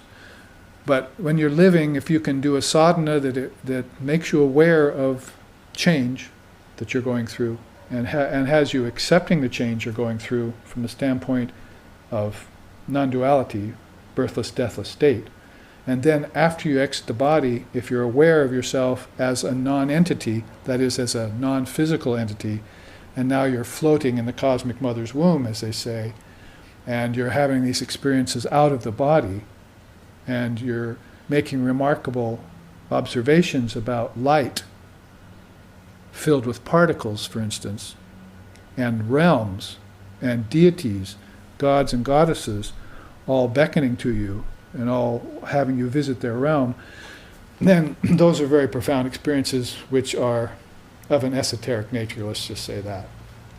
They're not normal experiences. So to have those experiences while you're living, and that is, after you've developed after birth and before you pass in what they call death, and actually after you pass from the body, retaining your awareness like the great masters do, so that they can come back by choice into the body of their choosing. Those are very profound experiences. So the Adhara system of Vedanta is not just here's 5 sheaths covering the Atman, and that's it. It has very profound ramifications to contemplate and meditate upon. So I wanted to give you this as an introduction to this right now, because that's the quote that accompanies this chart. There are those 5 sheaths. Each subtler one interpenetrates the grosser one in evolution style, and then in involution style it returns here as it says, discrimination about the sheaths from gross to subtle enables the soul to perceive its true nature. Those are precious words. Discrimination about the sheaths from gross to subtle enables the soul to perceive its true nature. So you can call that Atmavichara if you want. That's inquiry into the true nature of the self. Now, I've often said, because there are people who are using the contemporary method of Atmavichara just to ask who I am, who are you, who am I, in other words. That's not enough. I disagree. It's not enough just to ask who you are. You have to know what you're not. So this is why Vedanta comes in with its teachings to help save you and give you a deeper level of Atma Vichara. You're going to have to study the body and its constituents. You're going to have to find out about the prana, that it has 5 forms. It's one prana in 5 forms, and how it conducts itself, not only in your physical body, but inside your dreams, in your deep sleep state, and in your studies, how it conducts your thoughts in your studies, where it takes you, and master it so that it can take you places that are deep. You're going to have to study your mind, you're going to have to study your intellect, and you're going to have to study your ego. These are the 5 sheaths, and they're there for taking apart and looking at, as you would do in any scientific experiment. You take the thing apart, you look at it, you put it back together, you see how it functions. If you can do that, then you know what you're not, and then you can ask who I am, or who am I.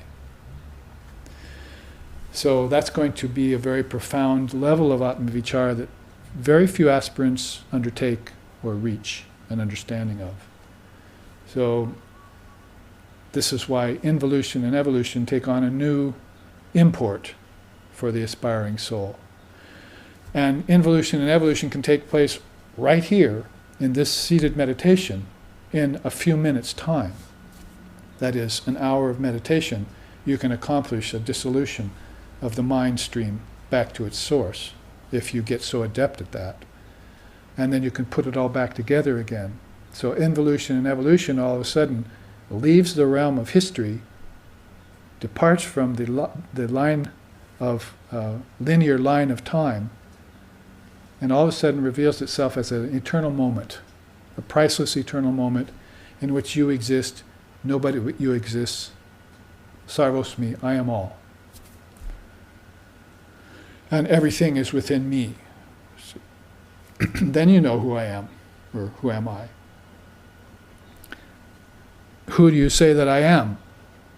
Was the Atma Vichara of the Christian first century, you see. And Christ said, who do you say that I am? That isn't just, oh, you're an avatar, I think you're the Son of God. No. Here, he's saying, I know who I'm not. I know what I'm not. Therefore, I can know fully who I am.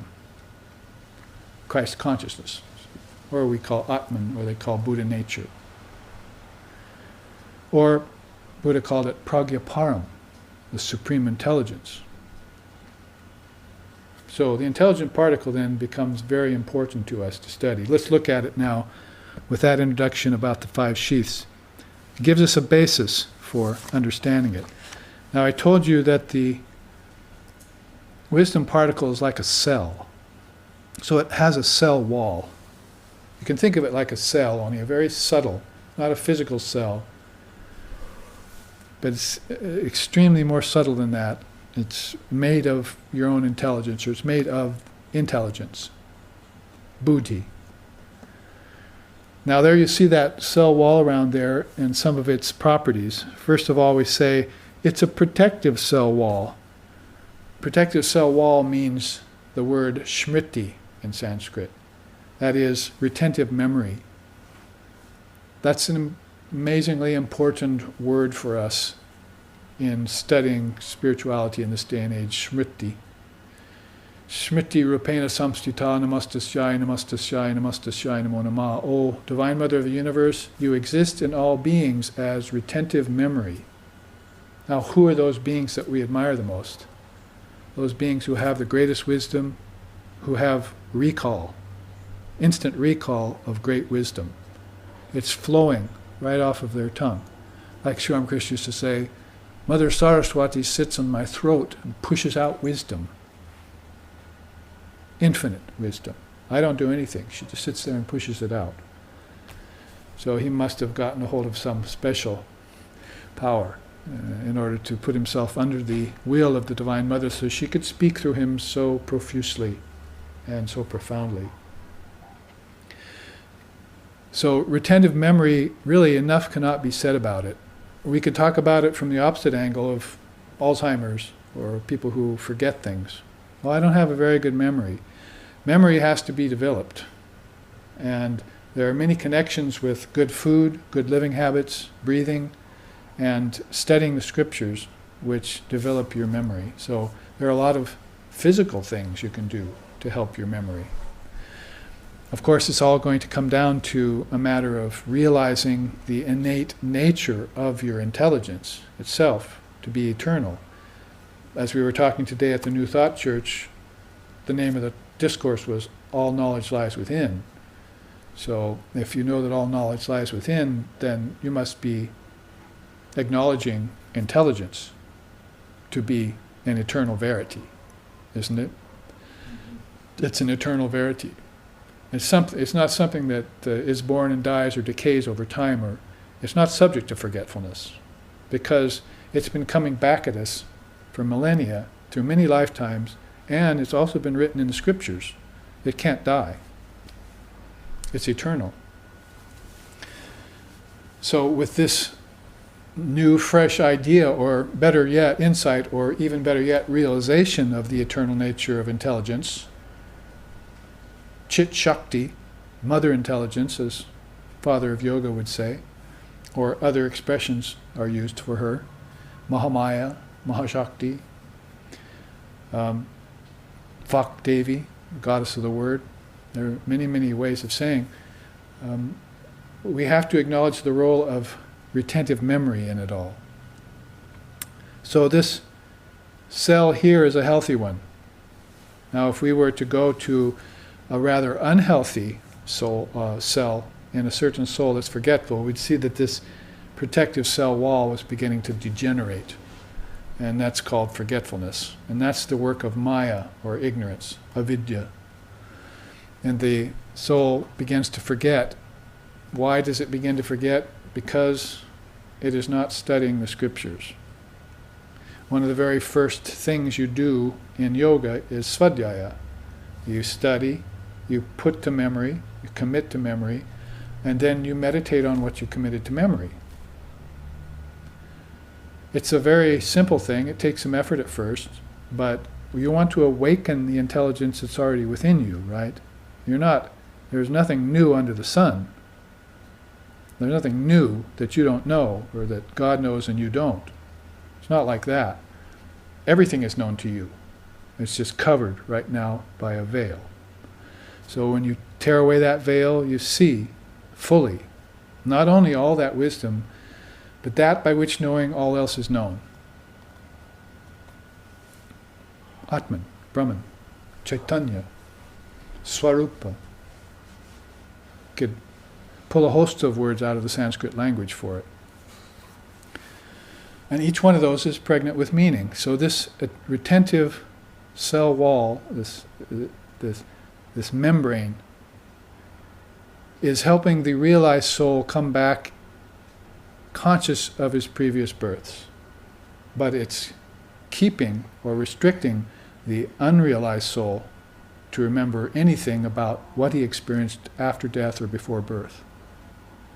And probably during his life he's not having very much of a good memory either. So he has to have a lifetime where he will do swadhyaya. He must study the scriptures and memorize them. As a Western man, using myself as an example here, I memorized music because I was a musician, professional musician, classical musician, and I played other kinds of music too. But as a trained classical musician, I had to learn music and memorize it, put it to memory, and then play it with the music was taken away and I had to play. That's the way the Western teaching goes. Usually you have the book first or the music first, and you commit it to memory, they take it away, and it should be a part of you. That's the psychology to it. A little bit different in the East. But in the West, we don't have illumined parents sitting there every morning reading the scriptures to us, telling us what they mean and having us repeat it until it does become a part of our being. I mean, it's already a part of our being, we're just uncovering it. So, failing that, then we have to engage in some sort of svadhyaya, some sort of study of scripture, and memorize it. And once you memorize it, then Manana, roll it over and over in your mind. What's the inner meaning of it? I know the outer meaning. I know the meaning in the book. I know the alphabet. I know the letters. There's the sentence. See, there's the page. There's the book. There's the tome. There's the library. Endless. But it's all coming out of my own intelligence. Do I know that? And then once I know that I can trace it all back to my own intelligence, how prolific can I be? See? How on the spot can I be? Like my teacher Swami Sheshananda Maharaj, chanting the entire Bhagavad Gita in his 90s.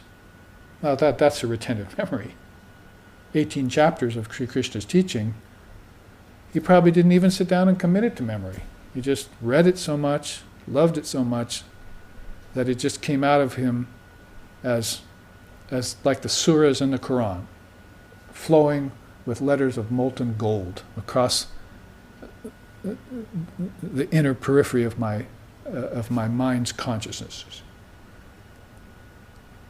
So all I had to do was close my eyes and look at it, written on the palette, you see, on the script, as a script on my own, a book of my own consciousness. You see, there it was, coming out. So you need a start on this. You need a head start on it. You need to study. So my whole point about this that I'm going on and on about is that unhealthy cell, that unhealthy Gyanamatra, that cell wall becomes weakened, then you don't remember who you are from lifetime to lifetime. That's a great loss. You find people nowadays in certain New Age circles say, well, I realize I have lived many lifetimes. That's the tip of the iceberg, that you've lived many lifetimes. About time you got around to admitting that. You see, that's obvious. It should be obvious to everyone. You can't explain karma and cause and effect and things inside of a one lifetime box. It's not possible. You have to admit to other lifetimes. Great beings like Dalai Lama are telling us, as soon as you accept karma and reincarnation, which are admittedly relative laws, because the realized soul doesn't have karma and doesn't reincarnate in ignorance.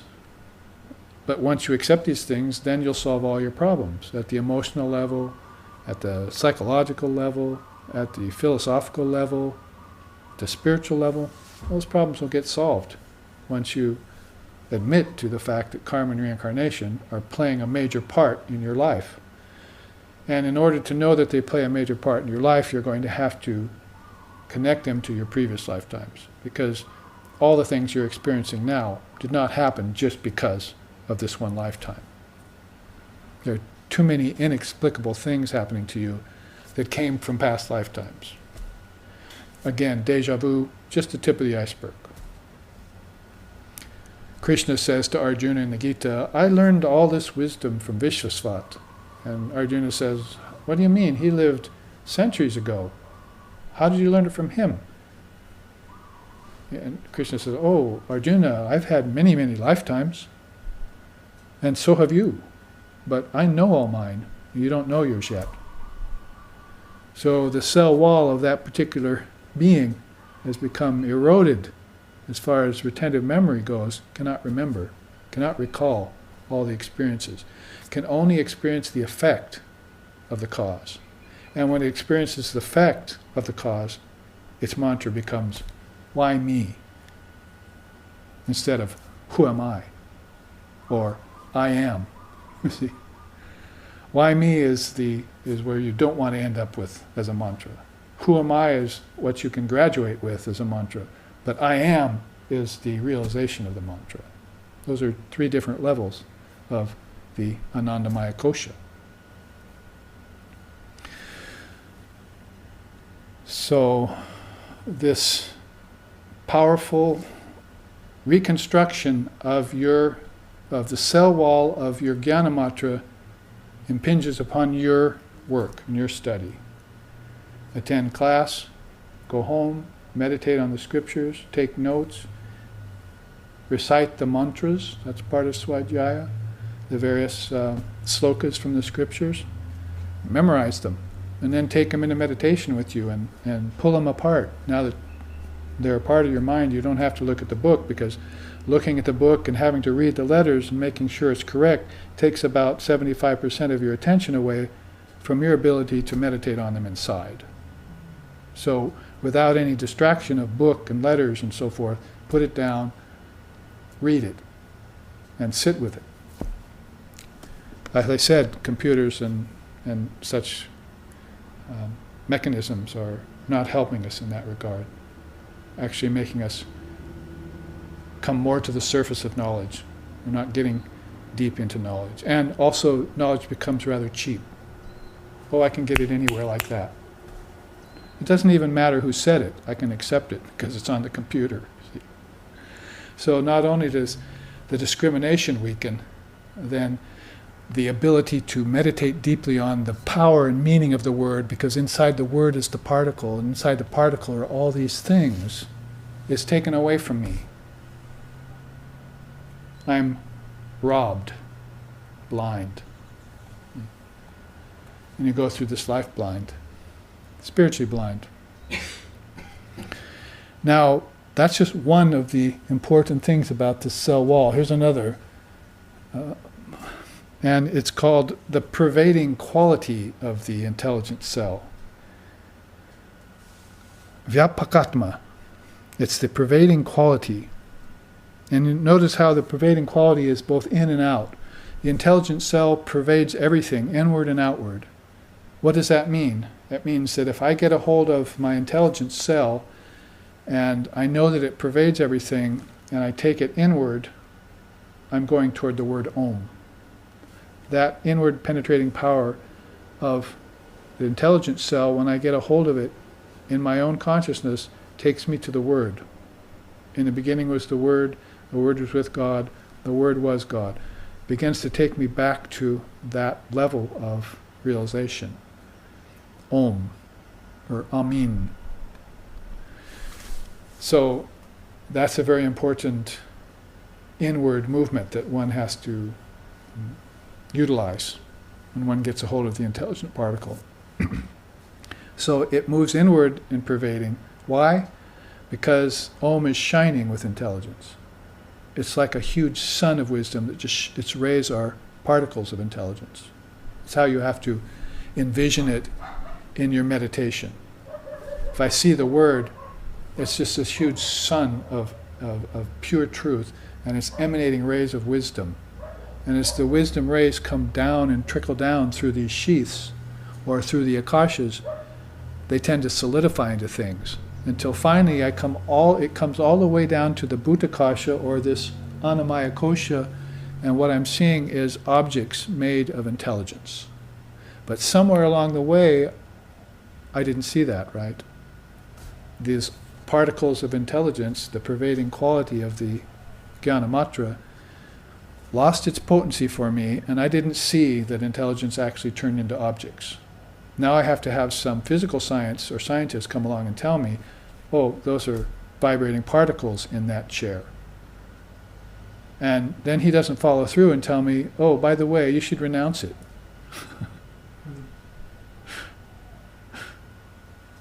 Why? Because it's empty. Why hasn't science renounced the world when it finds out that everything that the world's made of is empty?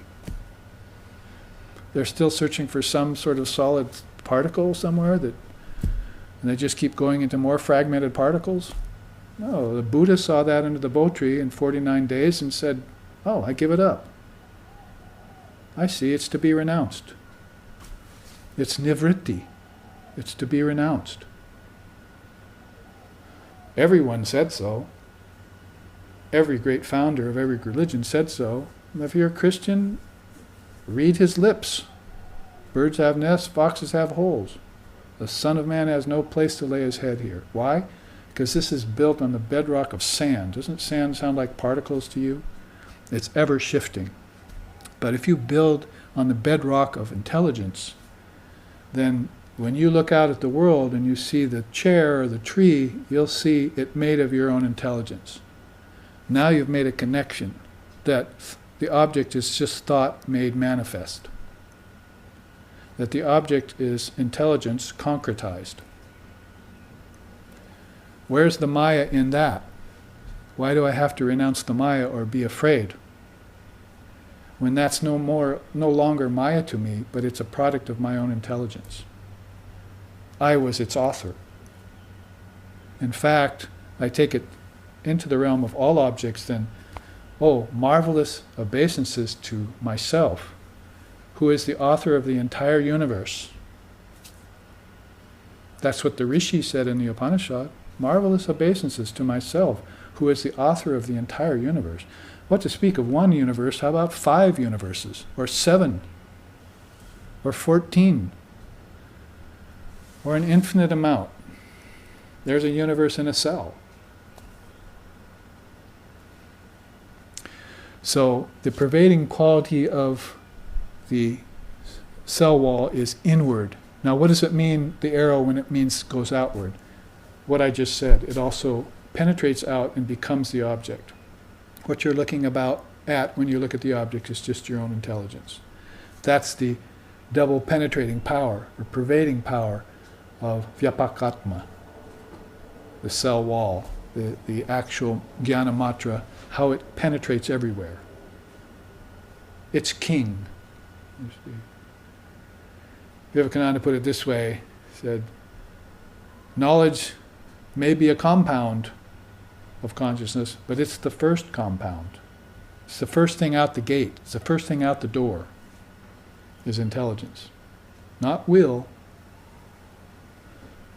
You're playing into the hands of the Darwinists when you think that way. Intelligence first. Everything came from a concept, from a thought in the mind. In the beginning was the Word.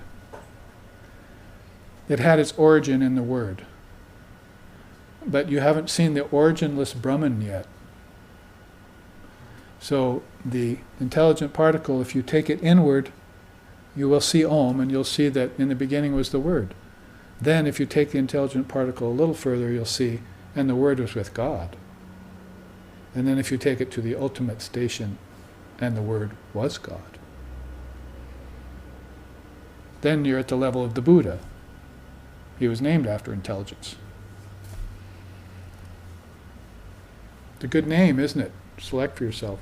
Well, I think I'll name myself Intelligence, because look at what I created with my intelligence. Now, as I said, you can create hell with your intelligence. With that very same power, you can create hell. If the mind is the doorway to heaven, it's the gateway to hell, you take your choice. So if you get into the control of sankalpa and start using a distorted version of intelligence or consciousness to create worlds in time and space so that you can dominate over others, you can have power over others, you can enjoy pleasure, you can possess objects, you can amass wealth, then the whole thing has gone awry. See? It's not an intelligent particle anymore. It must be ajnana matra at that point. So these are two very important aspects to even the outside membrane of a jnana matra, of a particle of your own wisdom. Now let's look at the other two back here. Chit Shakti, the force of intelligence, is there in the wisdom principle, in the jnana matra, the particle of wisdom. Chit Shakti was a word that, say, Patanjali used in the Yoga Sutras. He doesn't mention deities hardly at all, and he very seldom mentions mantra, the power of the word. Although his philosophy is flowing with the power of the word, he does mention the word Chit Shakti in several sutras. So that Chit Shakti to him is Mother Wisdom, and nowhere better exemplified in contemporary times than in Sri Ramakrishna, who is a devotee of the Mother of the Universe, called Kali. She's responsible for the transformation of the mind and the freeing of souls into the highest level of consciousness, of getting outside the sheaths and realizing the true nature of the indivisible self. Vyapaka, you see, it's all pervasive. Vyapakatma, it's all pervasive. The Atman pervades everything. it does so by the power of the intelligence. When it begins to trickle down, as I said, the prana becomes more evident. As it begins to dissolve itself back into the word, the prana becomes less evident. So when the prana is becoming less evident, we call it chit shakti. She's very hard to see. She's swifter than the swiftest, higher than the highest, slower than the slowest, lower than the lowest. That's all pervasiveness. She's everywhere and in everything. But impossible for the human mind to comprehend, as we said earlier at the first part of our class. So that chit shakti becomes then this power of penetration, see, into everything. And the great seers have realized her and meditate upon her. There's some very beautiful songs in India, maybe on one of our live streaming classes, and we'll play you some of these songs of India, like we did today at New Thought Church. There's one song that says, "In deepest, darkest cave, the illumined yogis meditate on you, O Mother, and your scintillating brilliance. Because in deepest darkness you shine more abundantly." So they go into a cave, sensory deprivation, everything's shut down, no sound, no hearing, no speech, no feeling, nothing. Go inside in the most private of all communions, the most silent of all states, and see that brilliance of Chit Shakti shining in this luminous darkness. It's like here in Hawaii, if we've done this, if you go into the lava caves that run under the earth, that have been formed by old lava flows, then you get total sensory deprivation. No light gets through, no sound gets through, and you just extinguish your flashlight or your candle or whatever you have and sit there, and then you begin to see light in the darkness. Shapes start to form. You're just looking into pitch black. And if you're not pretty well grounded, you probably go insane. You start seeing things in the darkness, you see. And then sound, too. You see, all the other sounds have gone away, but that hum of Om, that primal foundation, that unstruck sound is beginning to become more and more audible to you, to your consciousness. It's humming with the power of millions of Gyanamatras. That's why. It's sentient with a capital S. It's alive. It's the only thing that is living. Everything else is as if dead.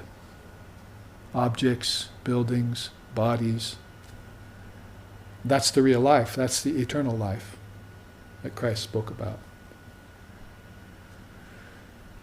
So, very important to meditate on the Chit Shakti, because she's the deity of the Gyanamatra. Propitiate her for release from all ignorance, from all darkness. This last entrance here, Sankalpamatra, it's projecting power. Worlds of name and form and time and space are based upon these particles and the usage of these particles. So as I said earlier, make sure you use them wisely and in such a way that will benefit all beings, not in a way that you lord over other beings or dominate other beings or cause other beings suffering, because they're also building karmic webs that are very difficult to break over time. You might say that an incrustation happens after the deterioration of this cell. It begins to erode and fall apart, and the incrustations form. Kleshas, ignorance, egotism, attachment, aversion, fear of death. Those are the 5 kleshas in yoga.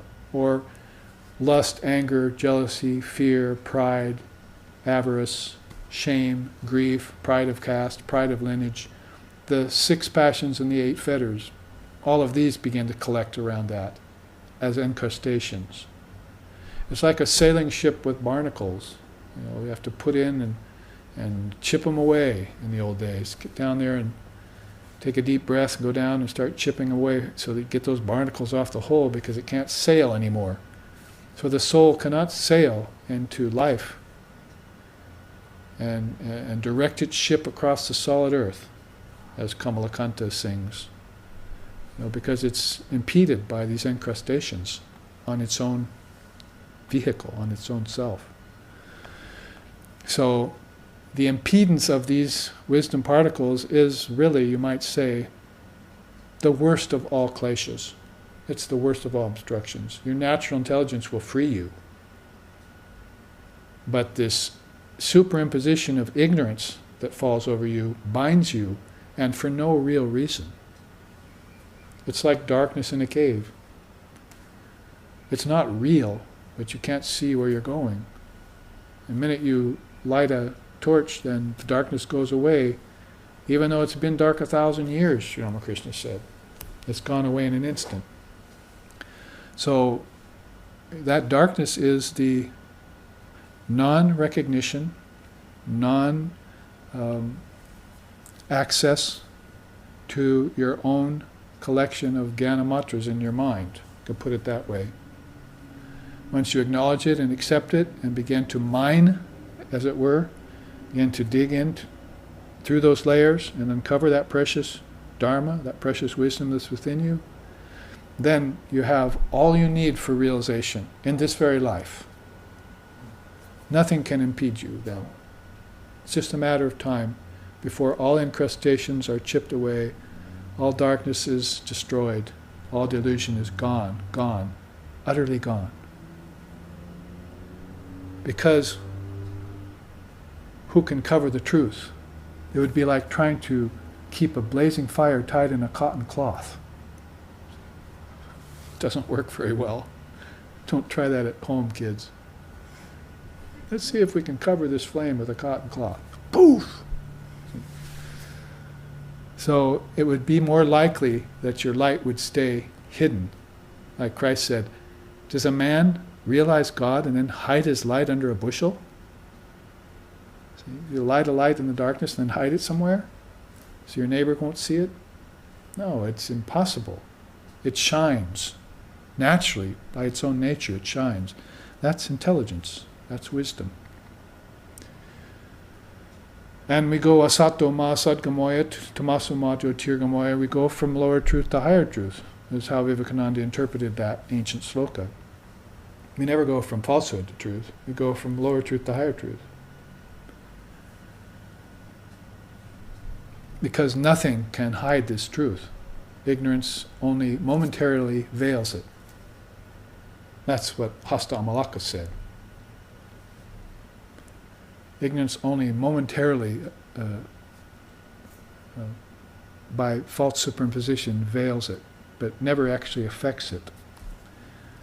Like good and bad smells crossing the air just carries them, but it's never affected by them. They just pass. So all superimpositions pass, all changes pass, and then there is this one light that is never affected by any of those vicissitudes. Stays the same. It's changeless, immutable. Akhanda, Satchitananda, Adbhuta, wonderful. It's all those things we described about ourselves. So salutations to myself. You are the darling of your own worship, the Tantras say.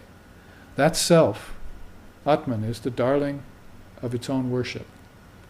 You're really worshipping at a shrine or somewhere else. You're really worshipping yourself because it's all made of your intelligence. And your intelligence is sacrosanct, cannot be corrupted. It only appears to be corrupted. So beware of appearances, or be aware of appearances, be another way of putting it.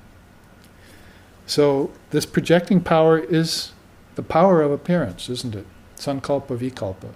Now, in Yoga Vasishta's scripture, that's Lord Vasishta's teaching, he says, he makes a distinction between Atmic Sankalpa and Mayic Sankalpa. Atmic Sankalpa is rather like Leela, is rather like a play or a sport of consciousness. It likes to veil itself and then tear away the veils, sometimes at the most or least opportune time, it'll just play that game with itself, like masks. See, like Sri Ramakrishna said, now you see me, now you don't. You see, it was a false superimposition. Did I change, or was there just a covering introduced? See, so in that way, all of the projecting power covers that non-dual reality called Atman or Brahman, but it doesn't change it in the least.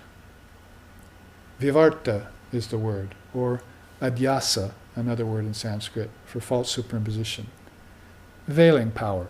It's also described in Tantra as the avarana shakti and vikshepa shakti, the power to distort, the power to cover. Even there, the distortion is just non-actual. It looks like it's getting distorted, but if you clarify the matter, you see that Atman can never be distorted. Simply because it's not matter, it's not energy, and it's not thought. Those things can be distorted. But Atman can never be distorted. It's not matter, it's not energy, it's not thought. If you start to look at intelligence, it begins to look more like that. There was one great scientist at the turn of the century. He said, now that we've studied nature with science, we see that it begins to look less like a machine and more like a thought. That's profound, to say that at the turn of the century. That's when Vivekananda was here, the first World's Fair in Toronto, and late 1800s into the 1900s. Nikola Tesla was on the scene and so forth. One scientist said, now that we've studied nature with science, we see that it looks less like a machine. In other words, we thought it was kind of machine-like, just pumping out trees and oceans and various things. But now it's beginning to act more like a thought. So there you have the connection between the object and the thought. In the beginning was the word. Is that all of these things are behaving like our thoughts. And if our thoughts are bright and cheery, then the house looks bright and cheery. And if our thoughts are dark and gloomy, the house looks dark and gloomy, you see. Isn't it? So the veiling power and the distorting power of Maya is there. But what about the Chit Shakti? It's sometimes called Prakasha Shakti, the revelatory power. There's that too, and why should we fall under the influence of distortion or superimposition when everything is waiting to be revealed? Isn't that the play of life? So the Sankalpa play, you see, if it is really a false superimposition, it's there so that I can tear off the covering and revelation. I can revel in the unveiling of that particular aspect of life. So everything then becomes to me a game of tearing off masks, see, and seeing it as it really is. I should probably start doing that with myself and then follow with my wife and children. And I can start looking at these other things that are so veiled, you see. Start seeing the true nature of everything. And if you get down to the object, you see the true nature of it, and you want to call it empty, more power to you, shunyata. But you might also arrive at a realization where you say, well, actually the object is full, purnyata. It's a manifestation of my own intelligence, so there it is. It's real in and of itself. There was a great story about one of our direct disciples of Sri Ramakrishna, and he was in an explosion, and on the way to the hospital before he passed away, he supposedly came out of this state of unconsciousness, found himself in an ambulance, and he looked at the person, one of his devotees who was sitting there, and said, the world, Brahman is real, and the world is also real. Now, the typical teaching in Vedanta is Brahman Satya Jagad Mithya. The God is real and the world is unreal. So that's given at a level of realization of Jnanamatra, which isn't quite ready yet. Doesn't know itself. And so in that way you would hear, you better back off from the world here because you're misapprehending it. You're not seeing as it truly is. So you're in danger. But once I have this special knowledge given to me by the Guru, the scriptures, and my own direct experience, that's called the three great sources, Guru Anusashana, Vidya Shastra, and Aparokshanubhuti. Once I have that gifted to me by the great souls and by my own self-effort, then I can look at the object and say, I see that's real too. The world is real, God is real, and this was evidently the level of consciousness in which the Swami was living in before the time of his passing.